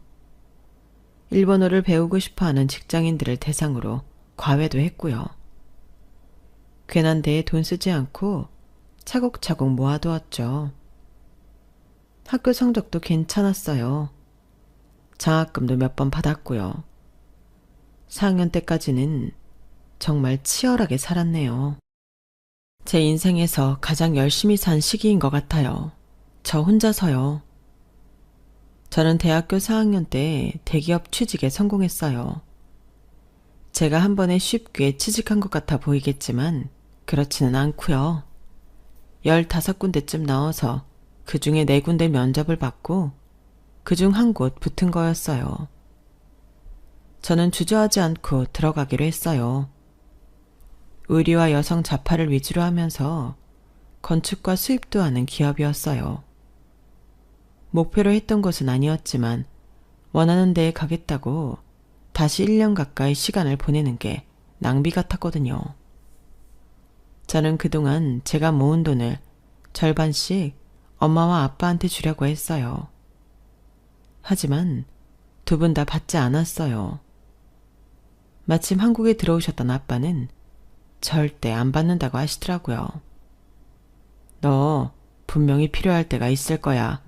그러니까 넣어둬. 그래 선이야. 엄마 아빠 비상금 다 있고 우리 예전처럼 그렇게 어렵지 않아. 일본에 있는 가게도 잘 되고 있고 너 나중에 결혼할 때 써. 결혼은 무슨, 나 그럴 생각 없어. 아니 그게 무슨 소리야? 왜 결혼을 안 해? 요즘 다 그래. 결혼하겠다는 애들 별로 없어. 제 말에 엄마 아빠는 한숨을 쉬었지만 당시에는 정말 그랬어요. 그냥 내 인생 열심히 살면 되는데 뭐 다른 남자를 만나나 싶었거든요. 그런데 마음에 드는 사람이 나타나니까 저절로 생각이 바뀌더라고요. 저는 친구처럼 지낼 수 있는 성격 좋은 사람을 원했어요.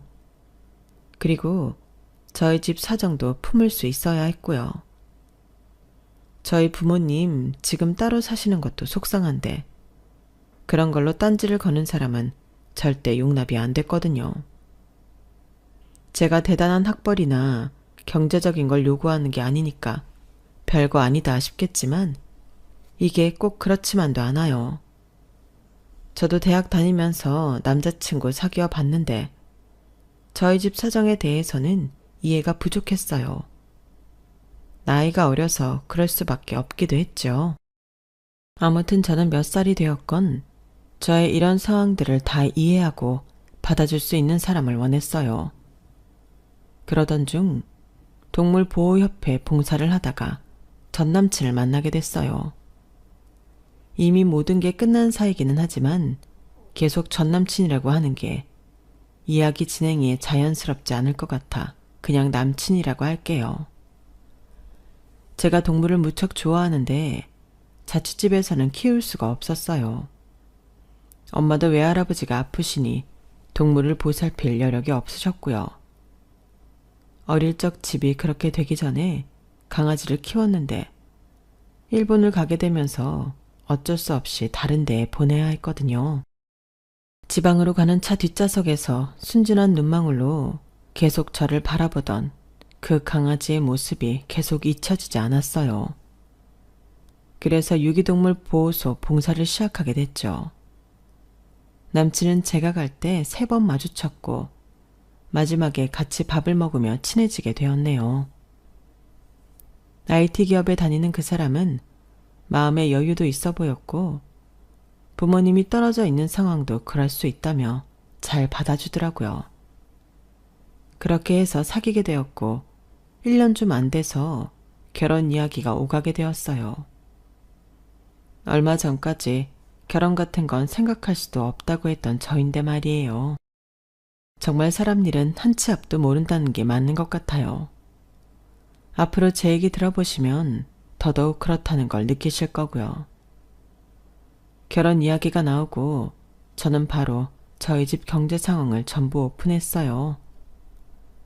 그럼에도 괜찮다고 하는 사람이면 결혼할 거고 아니면 헤어질 생각이었거든요. 남친은 전부 이해한다는 거였어요. 그 말에 얼마나 마음이 놓이던지요. 그때의 기분은 잊을 수 없네요. 물론 그 후에 뒤통수 친 건 더 잊을 수 없고요. 아무튼 그 당시 남친은 다 괜찮다고 했어요. 지금은 언니도 미국에서 공부 마치고 일본에서 강사하면서 잘 살고 있고 아빠도 식당 하시고 엄마도 잘 지내시잖아. 그런데 뭐가 문제야? 선이 너희 부모님 잘못으로 이렇게 된 것도 아니잖아. 그런 큰일 당하고 이렇게까지 올라선 것만도 대단하지. 남친의 집은 아빠가 사업을 하셨어요. 저는 그래서 저희 집을 이해해 주는구나 싶었죠. 하지만 남친 부모님이 저희 집 상황을 받아주실지는 또 다른 문제였어요. 말이 쉽지 사업하고 잘 나가는 집안이 어려워서 힘든 집안하고 사돈 맺는 거 힘들다고 저는 생각했어요.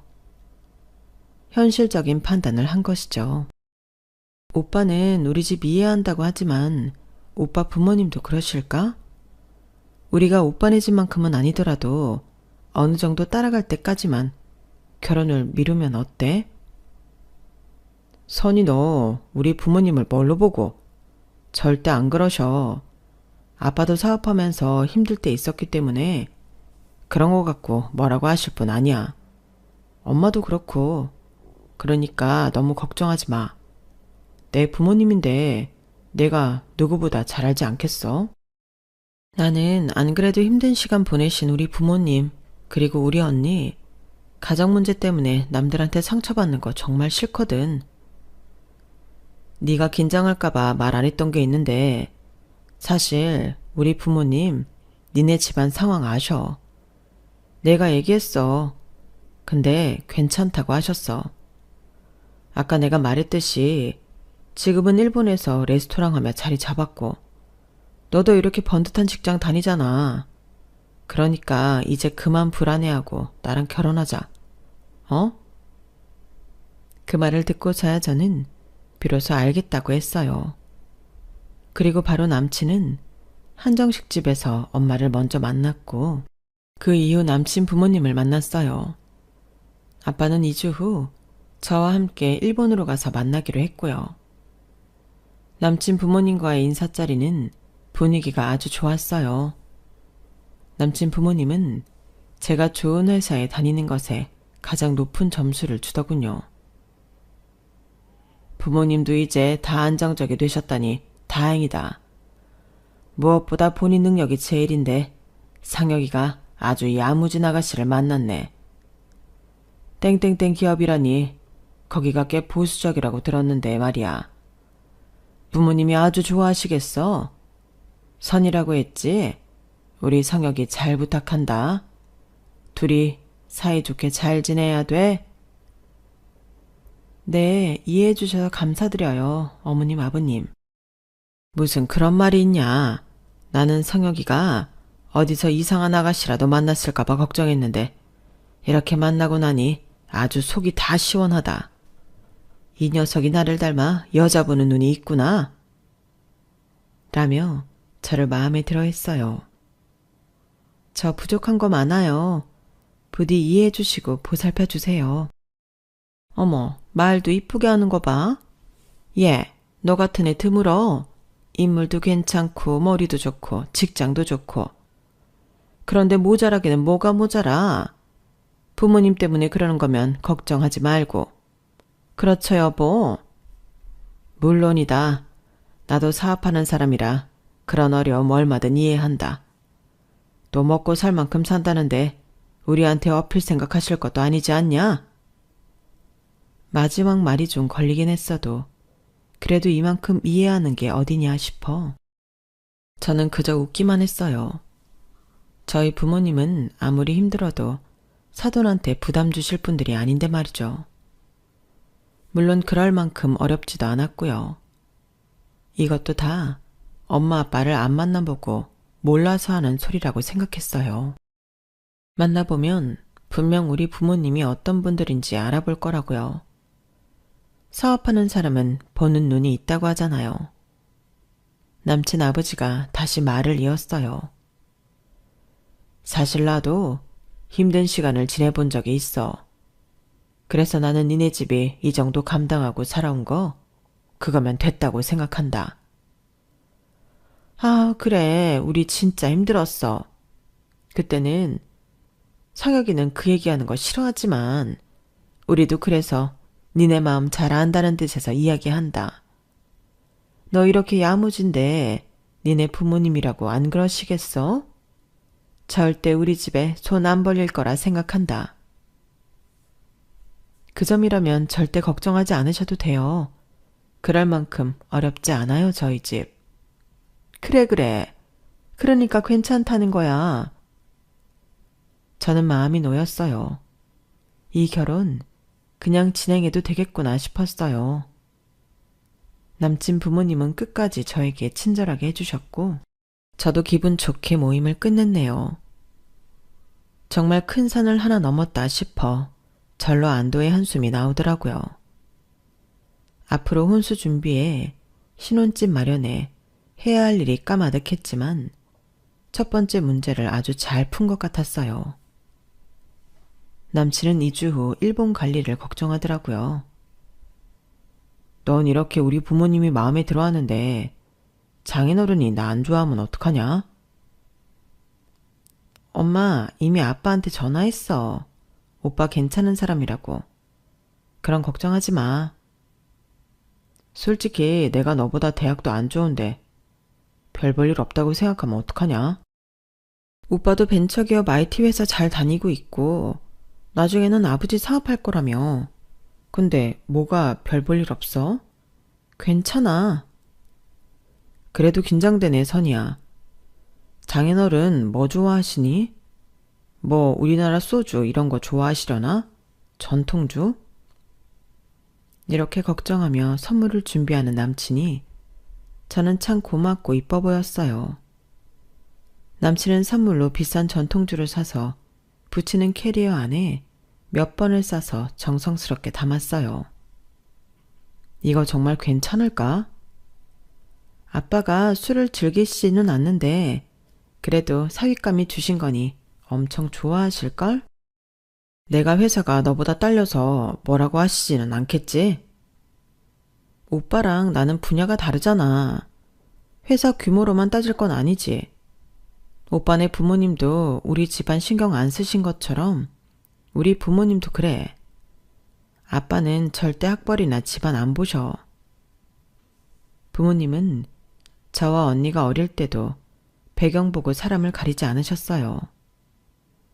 동업자한테 당하고 많은 일을 겪으시고 나서는 더더욱 그러셨고요. 다른 걸 다 떠나서 사람은 스스로 자존감이 높고 인성이 좋으면 된다고 하셨어요. 그러면 나머지는 저절로 따라온다고요. 부모님도 망한 후에도 절대 험한 말을 하신 적이 없고 서로에게 예의도 잘 지키셨어요. 부창부수라고 하죠. 엄마도 아빠도 똑같이 서로를 신뢰하고 저희한테도 나쁜 말을 하신 적이 없었어요. 그런 일을 겪었음에도 자기를 비하하거나 나쁘게 말하지도 않았고요. 그래서 저는 저희 부모님이라서가 아니라 진심으로 두 분을 존경해요. 그런 아빠와 남친이 만나는 자리이니 저는 꽤 설렜어요. 아빠랑 남친이 말이 잘 통하면 더 좋을 것 같았죠. 처음에는 그렇지 않더라도 그렇게 될 걸 기대했고요. 그렇게 저희는 비행기를 타고 일본의 도쿄로 향했어요. 그런데 하필 그때 도쿄에 지진이 나서 저희 집 수리하지 않은 곳이 망가져서 수리를 하는 중이라고 하시더라고요. 일본은 뉴스에 나지 않는 지진도 가끔 나거든요. 진도 2나 진도 3 지진 정도는 뉴스 확인해보고 그냥 일상처럼 지내는 수준이에요. 진도 4여도 크게 문제 생기는 곳은 얼마 없고요. 큰 지진을 많이 겪은 나라라 지진 강도가 세지면 가스부터 자동으로 다 차단이 돼요. 화재가 나는 걸 방지하려고요. 다 지진 때문에 당해본 경험에서 생긴 시스템이죠. 저희 도쿄집은 부엌 창문 있는 데가 망가져서 수도랑 가스를 다시 손봐야 된다고 하더라고요. 저희가 떠나기 전 아빠는 전화를 걸어서 미안하다고 하셨어요. 어떡하냐. 처음 오는데 집에는 오지 못하겠구나. 일단 우리 집이 어딘지 보여주고 나서 큰아버지 집에 가서 인사해야겠다. 식사는 나가서 하자꾸나. 괜찮아 아빠. 우리 그런 거 신경 안 쓰니까 마음 편히 있어. 그렇게 도쿄에 도착해서 저희는 전철역에 마중 나온 아빠와 인사를 했어요. 안녕하십니까 장인어른. 처음 뵙겠습니다. 김성혁이라고 합니다. 아주 씩씩해서 보기 좋구만. 그래, 나 선이 아빠야. 이렇게 먼 길 왔는데 집으로 초대하지 못해 미안하게 됐네. 아닙니다. 지진이 났다면서요? 아휴, 여기서 사는 거 좀 무섭겠어요, 아버님? 그렇지도 않아. 살다 보면 다 살아. 지진 대비도 잘 돼 있어서 아주 큰 지진만 아니면 괜찮고. 여기서 이럴 게 아니라 움직이자고. 우리 집이 어딘지 바깥에서 보고 그 다음에 큰 집으로 가지. 그렇게 저희는 아빠가 사는 집 앞에 왔어요. 아빠는 제가 한국 회사에 취직했을 때 집을 옮겨 방 하나에 거실과 부엌이 있는 작은 맨션에 살고 있었는데 좀 오래된 곳이었어요. 아무래도 방 하나짜리 2층 맨션이다 보니 건물도 작았고요. 저희 집을 수리하는 인부들이 왔다 갔다 하고 있더군요. 아빠는 그 사람들한테 잠깐 인사를 하느라 자리를 비웠어요. 그런데 남친은 표정이 싹 굳어서 아빠가 사는 집을 보더니 주변을 두리번거리더라고요. 한국 사람들 보기에 집도 장난감 같고 오래됐어도 다 지진 대책도 되어 있고 안은 깔끔했어요. 겉으로만 보면 남친처럼 반응할 수 있었죠. 한국 집들하고는 많이 달랐으니까요. 오빠, 이제 우리 큰 집에 갈 거야. 아빠 오시면 바로 갈 거니까. 왜 그래, 오빠? 남친은 핸드폰으로 뭔가를 막 찾고 있더라고요. 그러더니 저한테 무슨 사진 하나를 보여줬어요. 보니까 일본 맨션 사진인데 고층의 화려한 곳이더라고요. 야, 일본 맨션 다 이런데 여긴 뭐야? 이게 무슨 맨션이야? 이런 것만 있는 맨션이 아니고 아빠 집 같은 것도 그렇게 불러. 오빠, 일본 집에 대해 잘 모르잖아. 지금이 어떤 시대야? 아무리 몰라도 일본 드라마나 영화 다 보는데. 그런 것도 모를 줄 아냐? 이건 너무하잖아. 집도 너무 낡았고. 아니, 식당하고 다들 살만해졌다며. 이게 말이 돼? 이런 집을 소유도 아니고 월세라고? 어차피 한국 들어올 건데 뭐 타러 사. 일본은 우리나라랑 좀 다르다고. 야, 됐어. 달라봤자 다 거기서 거기지. 너무 심하잖아. 오빠, 우리 집 어떻든 상관없다고 하지 않았어? 다 이해한다며. 갑자기 왜 이래? 이 정도라고는 생각도 못했다. 이렇게 좁은 데에서 산다고? 아무리 일본이라도 이건 아니지. 동네도 딱 보니까 잘 사는 데가 아니네. 이게 너네는 각자 먹고 산다는 거냐? 각자 먹고 살고 있어. 오빠한테 여러 번 얘기했고. 오빠네 부모님도 다 이해해 주신다고 하셨잖아. 이런 실태를 알기 전이니까 그렇게 말했지. 역시 빚쟁이는 구제가 안 되네. 그냥 우리나라에서 노가다 뛰어도 이것보다는 낫겠다. 일본이 못 사는 나라도 아닌데 이게 말이 되냐? 식장 잘 되는 게 맞아? 너네 아버지 너 모르게 또 무슨 빚진 거 아니야? 지금 우리 아빠 의심하는 거야? 어떻게 그런 말을 해? 절대 아니야. 한국 오시려고 준비 중이고 여기는 아빠 임시 거처라고. 그리고 좀 너무하는 거 아니야? 너무하긴 뭘 너무해. 보이는 대로 말한 것뿐인데. 너 나랑 결혼해서 이런 인생 벗어나고 싶었던 거야?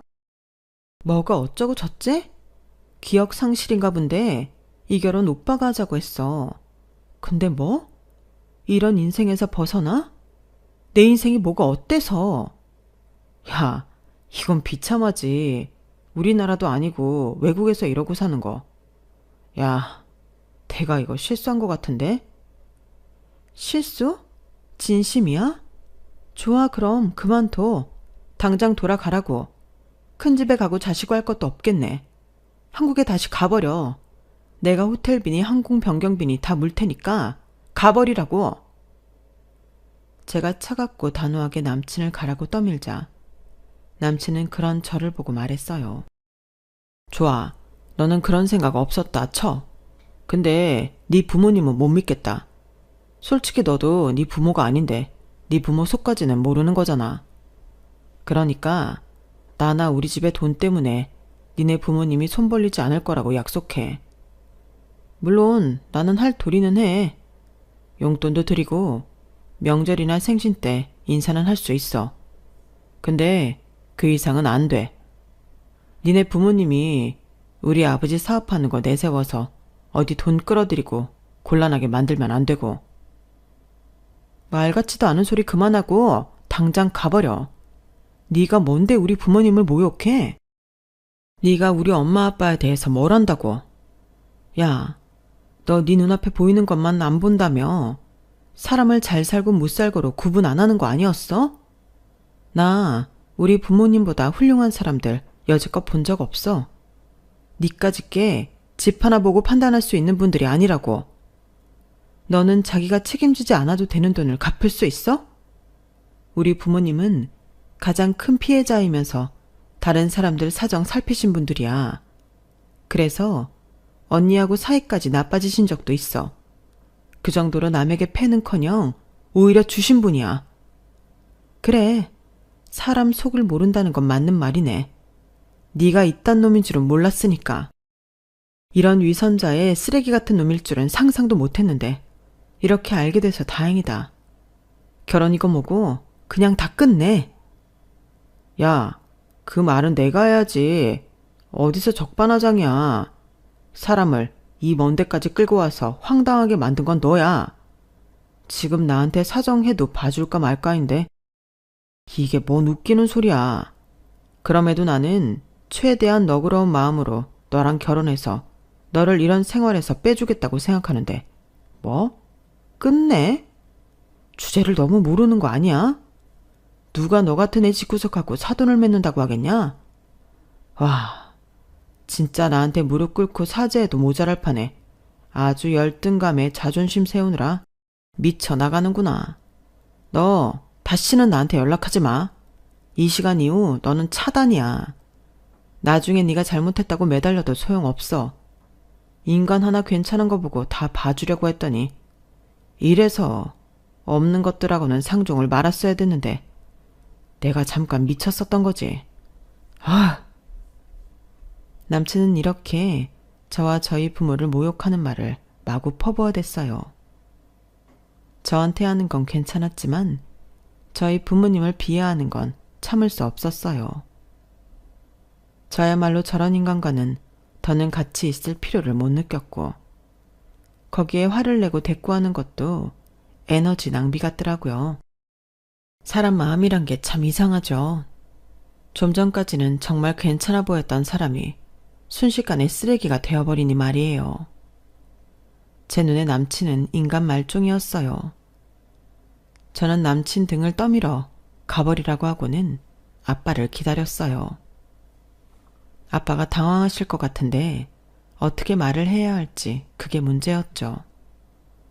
아빠가 사실을 알면 너무 상처받으실 것 같아서 저는 결국 남친 회사에서 갑자기 연락이 왔는데 바로 들어가 보지 않으면 안 될 일이라 갔다고 얼버무렸어요. 아이고, 여기까지 힘들게 왔는데 그렇게 가버려서 어째? 비행기 타기 전 뭐 좀 먹었어? 요새 비행기에서 일본 오는 건 주는 것도 시원찮은데. 나는 괜찮으니까 마음 쓰지 말라고 잘 전해. 알았지? 어쨌거나 큰아버지가 니네 기다린다고 했는데 얼른 가보자. 같이 식사도 해야지. 그래. 큰아빠한테는 인사해야지. 근데 선이 너 얼굴이 왜 이렇게 안 좋아? 성혁이 가버려서 그런 거야? 뭔가 화가 난 것 같기도 하고 이상한데? 대체 무슨 일이 있었길래 이래? 혹시 둘이 그새 싸우기라도 한 거야? 아니야, 그런 거. 싸우기는 왜 싸워? 그럴 일 없어. 그렇게 큰 집까지 꾸역꾸역 간 저는 큰아버지가 오느라 애썼다고 저한테 그간 잘 지냈냐며 등을 토닥여 주시는데 갑자기 왈칵 눈물이 쏟아졌어요. 다들 당황하고 저한테 무슨 일이냐고 물었고 저는 결국 좀 전에 남친이 했던 말을 전부 하게 됐어요. 그 말을 들은 아빠는 망연자실한 표정이었고 큰아버지는 화가 나서 펄펄 뛰셨어요. 아니, 남의 집 사정도 제대로 모르면서 그딴 말을 함부로 해? 나 참. 그렇게 경박한 놈, 이렇게 헤어진 게 차라리 잘 됐다. 울지 마라. 그런 놈은 눈물도 아까워. 미안하구나, 선이야. 아빠 때문에 이렇게 돼서. 아니야, 그럴 거 없어. 내가 우는 건 내가 사람 보는 눈이 너무 없어서 그런 거지. 그딴 놈 아쉬울 거 전혀 없어. 너네 이대로 이거 넘어가지 마라. 나도 가만 못 두겠어. 어디 그놈 어떤 놈이냐. 면상이라도 보자. 저는 핸드폰에서 저와 남친이 같이 찍은 사진을 큰아버지한테 보여드렸어요. 근데 큰아버지가 저한테 핸드폰을 받으며 손가락으로 화면을 건드려서 사진이 다른 데로 넘어간 거였어요. 하필 남친과 남친 가족 사진이었어요. 전에 제가 인사 갔을 때 찍은 사진이었어요. 근데 큰아버지가 남친 가족 사진을 빤히 보는 거였어요. 그러더니 아빠한테 핸드폰을 넘겨줬어요. 야, 이거 봐라. 이 사람들 나시 읽지 않냐? 이 사람들 그 자식 동생네잖아. 그렇지. 맞지? 그놈 가족 맞지? 그놈이라뇨? 그놈이 누구... 혹시 아빠 속인 그 사람? 세상에 어떻게 이런 일이 있는지 남친의 아버지는 바로 저희 아빠를 속이고 돈을 들고 달아난 사람의 동생이었어요. 그 집 가족들과도 다 알고 지냈던 아빠는 똑똑히 기억하고 있었어요. 어떻게 이런 우연이 있을 수가 있죠? 아니, 이건 우연이라기보다 그동안 우리 가족을 고생시킨 놈들이 자기 발로 저희 앞에 나타난 거니까요. 이 여자, 그놈 재수씨 분명해. 내가 이 사람들을 어떻게 잊겠어? 아빠, 정말이야? 이 사람들이 그 사기꾼 동생 가족 맞아? 드디어 저희는 그 사기꾼을 찾을 실마리를 얻게 된 셈이었어요. 결국 저는 아빠와 큰아버지 아짜고서 남친한테 다시 연락을 했어요. 내가 가서 다 잘 설명하고 싶다고 부모님을 만나게 해달라고요. 남친은 온갖 비난하는 말을 퍼붓더니 어쩔 수 없다는 듯 와서 해볼 말 있으면 해보라며 날짜와 시간을 정해주더군요. 그렇게 저희는 남친 집으로 갔고 아빠와 엄마 그리고 큰아버지는 숨어 있다가 문이 열리고 바로 같이 들어갔어요. 현관문이 열리자 팔짱을 끼고 저를 경멸의 눈초리로 바라보던 남친 어머니와 남친은 뒤에 우르르 저희 식구들이 들어오자 깜짝 놀랐어요. 너 해숙이 맞구나. 나 기억하지. 네 형님네하고 우리 자주 만났었잖아. 그러자 남친 엄마는 귀신이라도 본 듯 얼굴이 새파랗게 질리더니 그 자리에서 주저앉아 버렸어요. 어머 세상에, 이게 누구야? 대체 이게 어떻게 된 거야? 어떻게 된 건지 아줌마가 더 잘 아실 텐데요. 그리고 저는 남친을 보며 당당하게 말했어요. 야, 김성혁, 가서 니네 아빠 나오라고 해. 나와서 네 큰아버지 어디 있는지 당장 말하라고 해. 이렇게 소란스러운 가운데 남친은 영문을 몰라 버벅댔고 드디어 남친 아버지가 나왔어요. 허참, 이게 다 무슨 짓들이야. 얼른 얘기 끝내고 돌려보내지. 근데 이 사람들은 다 뭐야? 당신... 그래, 내가 기억은 나냐? 나다, 네 형한테 속은 사람. 몰라요. 당장 나가. 아니면 경찰 불러서 무단 침입죄로 고소할 거니까. 성혁아, 얼른 경찰에 신고해라. 네, 아버지. 그러자 큰아버지가 나서서 말씀하셨어요. 오, 그래, 잘됐다. 얼른 신고해. 우리 경찰서 가서 제대로 얘기해보자고. 파출소 이런 데 가지 말고 서로 가자고. 거기 가서 우리 무단 침입죄로 신고해. 그럼 나는 니네 사기꾼 숨겨준 죄로 신고할 거니까. 그러자 남친 아버지는 설설 기기 시작했어요. 이러지 말고 말로 해요, 형님. 네? 이제 와서 말로 해? 나랑 내 딸을 그렇게 모욕하고서 뭐가 어쩌고 저째? 그래, 나도 기억나. 그때 그놈이 자기 동생 사업하는데 돈 때문에 무지 곤란하다고, 자기도 힘들다고 그러고 나한테 사기치고 돈 들고 사라졌거든. 너 이러고 사는 거 다 내 돈으로 사는 거 맞지? 그렇지? 아빠 말에 남친 아버지와 어머니는 저희를 제대로 쳐다보지도 못하더라고요. 큰아버지는 정말로 지구대에 신고를 해서 저희 모두 다 경찰서로 데려가 달라고 했어요. 결국 신고받은 경찰이 나와서 저희를 다 경찰서로 데려갔는데 그 과정에서 남친은 완전 당황해서 정신이 나가 아무 말도 못했고 남친 부모님은 어떻게든 경찰서에 안 가려고 발버둥 치더라고요. 아니, 내가 먼저 신고 얘기 꺼낸 건 맞지만 이렇게 경찰서까지 갈 일이 아니라니까요. 아니요, 맞습니다. 저놈 가족이 15년 전에 제 돈을 들고 튀었어요. 거액을요. 저는 그래서 회사 문 닫았고요. 그런데 저놈이 장희영이 있는 곳을 말 안 하지 않겠어요? 이거 범인 은닉죄니까 얼른 저희 얘기 다 듣고 고소 진행해 주세요. 경찰은 안 가려고 발버둥 치는 남친 부모님을 겨우 순찰차에 태웠고 저희도 다른 순찰차에 타고 경찰서로 향했어요. 큰아버지는 다른 차를 타고 오셨고요.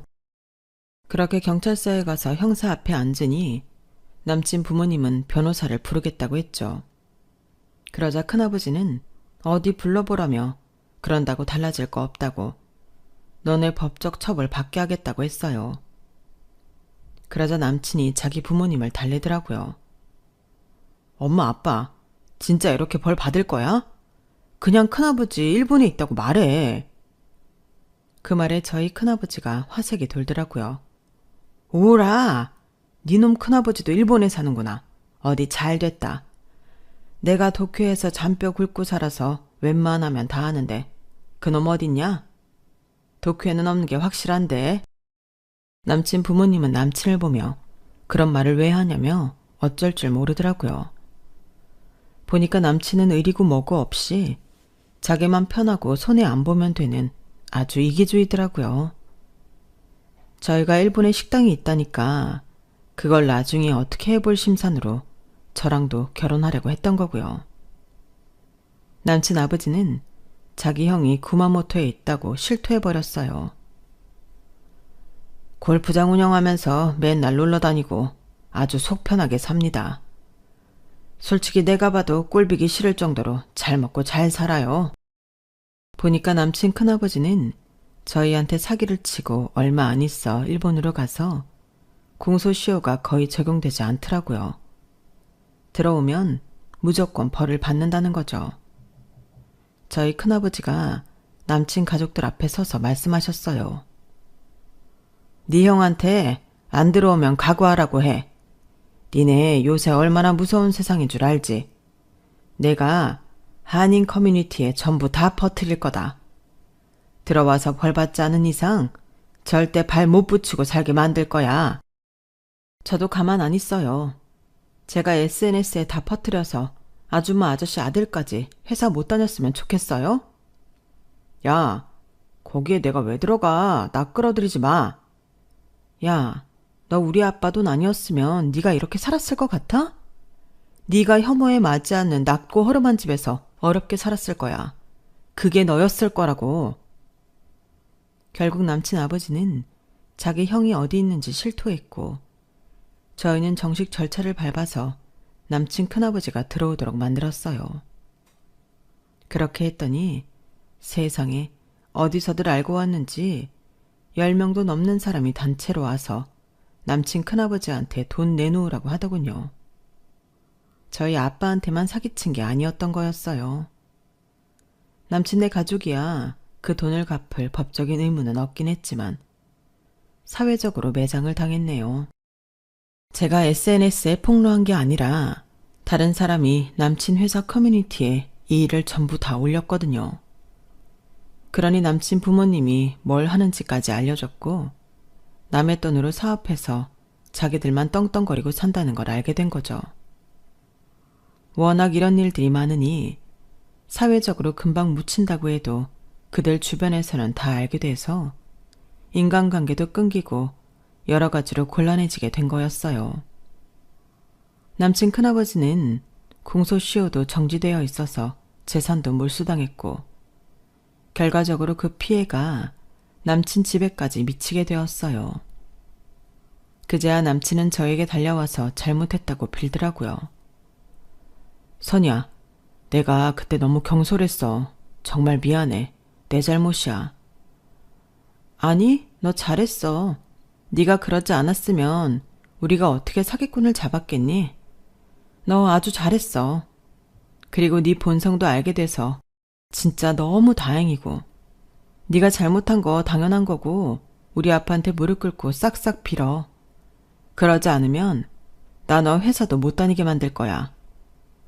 나 안 그래도 지금 회사 못 가고 있어. 하도 사람들이 수군거리고 따돌려서 지금 휴직 상태라고. 그래, 그 휴직 내가 해고로 바꿔줄 수도 있다니까. 우리 아빠한테 잘못했다고 사과해. 그러면 나 먹고 살기는 해줄 수 있어? 진짜 집안 꼴이 말이 아니야. 니네 아빠가 나 좀 도와주실 수 있을까? 니네 부모님 너그럽고 좋은 분이시잖아. 야, 너 같은 인간을 두고 바로 쓰레기라고 하는 거야. 너는 짐승만도 못해. 짐승도 감히 이런 소리는 못할 거다. 우리 아빠 돈으로 살아놓고 뭐가 어째? 네가 아무리 법적으로 돈 갚을 의무가 없다고 해도 도덕적 윤리적으로 이러면 안 되는 거지. 나 진짜 너네 사장실에 투서 넣을 거야. 그런 줄 알아. 아니야. 내가 그냥 사죄할게. 제발 그러지만 말아줘. 안 그러면 나 이 바닥에서 매장이라고. 하긴 우리나라 사람들이 이런 불이한 건 못 참잖아요. 남친도 그걸 잘 알고 있으니 제가 투서라도 넣으면 앞으로 어떨지 불보듯 뻔하죠. 남친은 저희 부모님을 만나 싹싹 빌고 사죄했어요. 부모님은 너라도 정직하게 잘 살라는 말씀만 하셨고요. 그러는 와중에 외할아버지가 돌아가셨고 엄마는 이모와 함께 외할아버지 재산을 반반씩 나눠받으셨어요. 아빠도 그동안 일본에서 착실하게 모은 돈을 한국으로 옮기고 일본을 왔다 갔다 하셨어요. 엄마는 외할아버지 집을 처분하고 저희가 같이 살 새 아파트를 마련하셨어요. 남친 큰아버지는 저희 아빠와 피해자들에게 돈을 주느라 완전 알거지가 됐는데요. 그걸로도 다 갚지 못했더라고요. 저희도 다 받은 건 아니었고요. 그리고 구속영장이 나와 구치소에서 재판을 받고 마지막 선고로 징역 2년형에 처해졌어요. 정말 저는 최악의 남자한테 속아서 그놈의 밑바닥까지 봤는데 그게 결국 저희를 고생하게 만든 사기꾼을 잡게 된 걸 보고 인생은 정말 모르는 거구나 싶었어요. 그리고 정말 인생 잘 살아야겠다는 걸 뼈저리게 느꼈고요. 30이 되기 전에 이런 많은 일을 겪어서인가요? 저는 앞으로 무슨 일을 해도 살아남을 수 있을 것 같은 기분이 들더라고요. 그래서 퇴사를 하고 제주도로 가서 늘 하고 싶었던 카페를 시작했었죠. 부모님은 그런 제 결정을 적극 지원해 주셨고요. 부모님은 그간의 고생을 이제라도 보상받으며 마음 편히 살고 계시네요.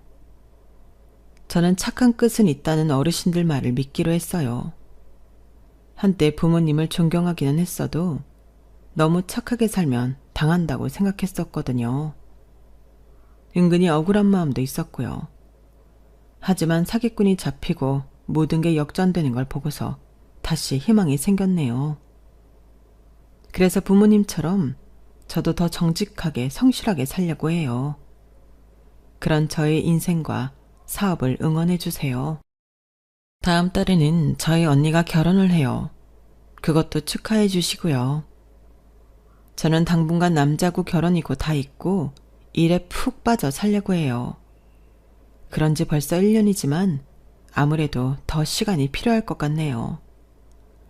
그럼 제 이야기 여기서 마칠게요. 다들 좋은 하루 보내세요. 들어주셔서 감사드려요.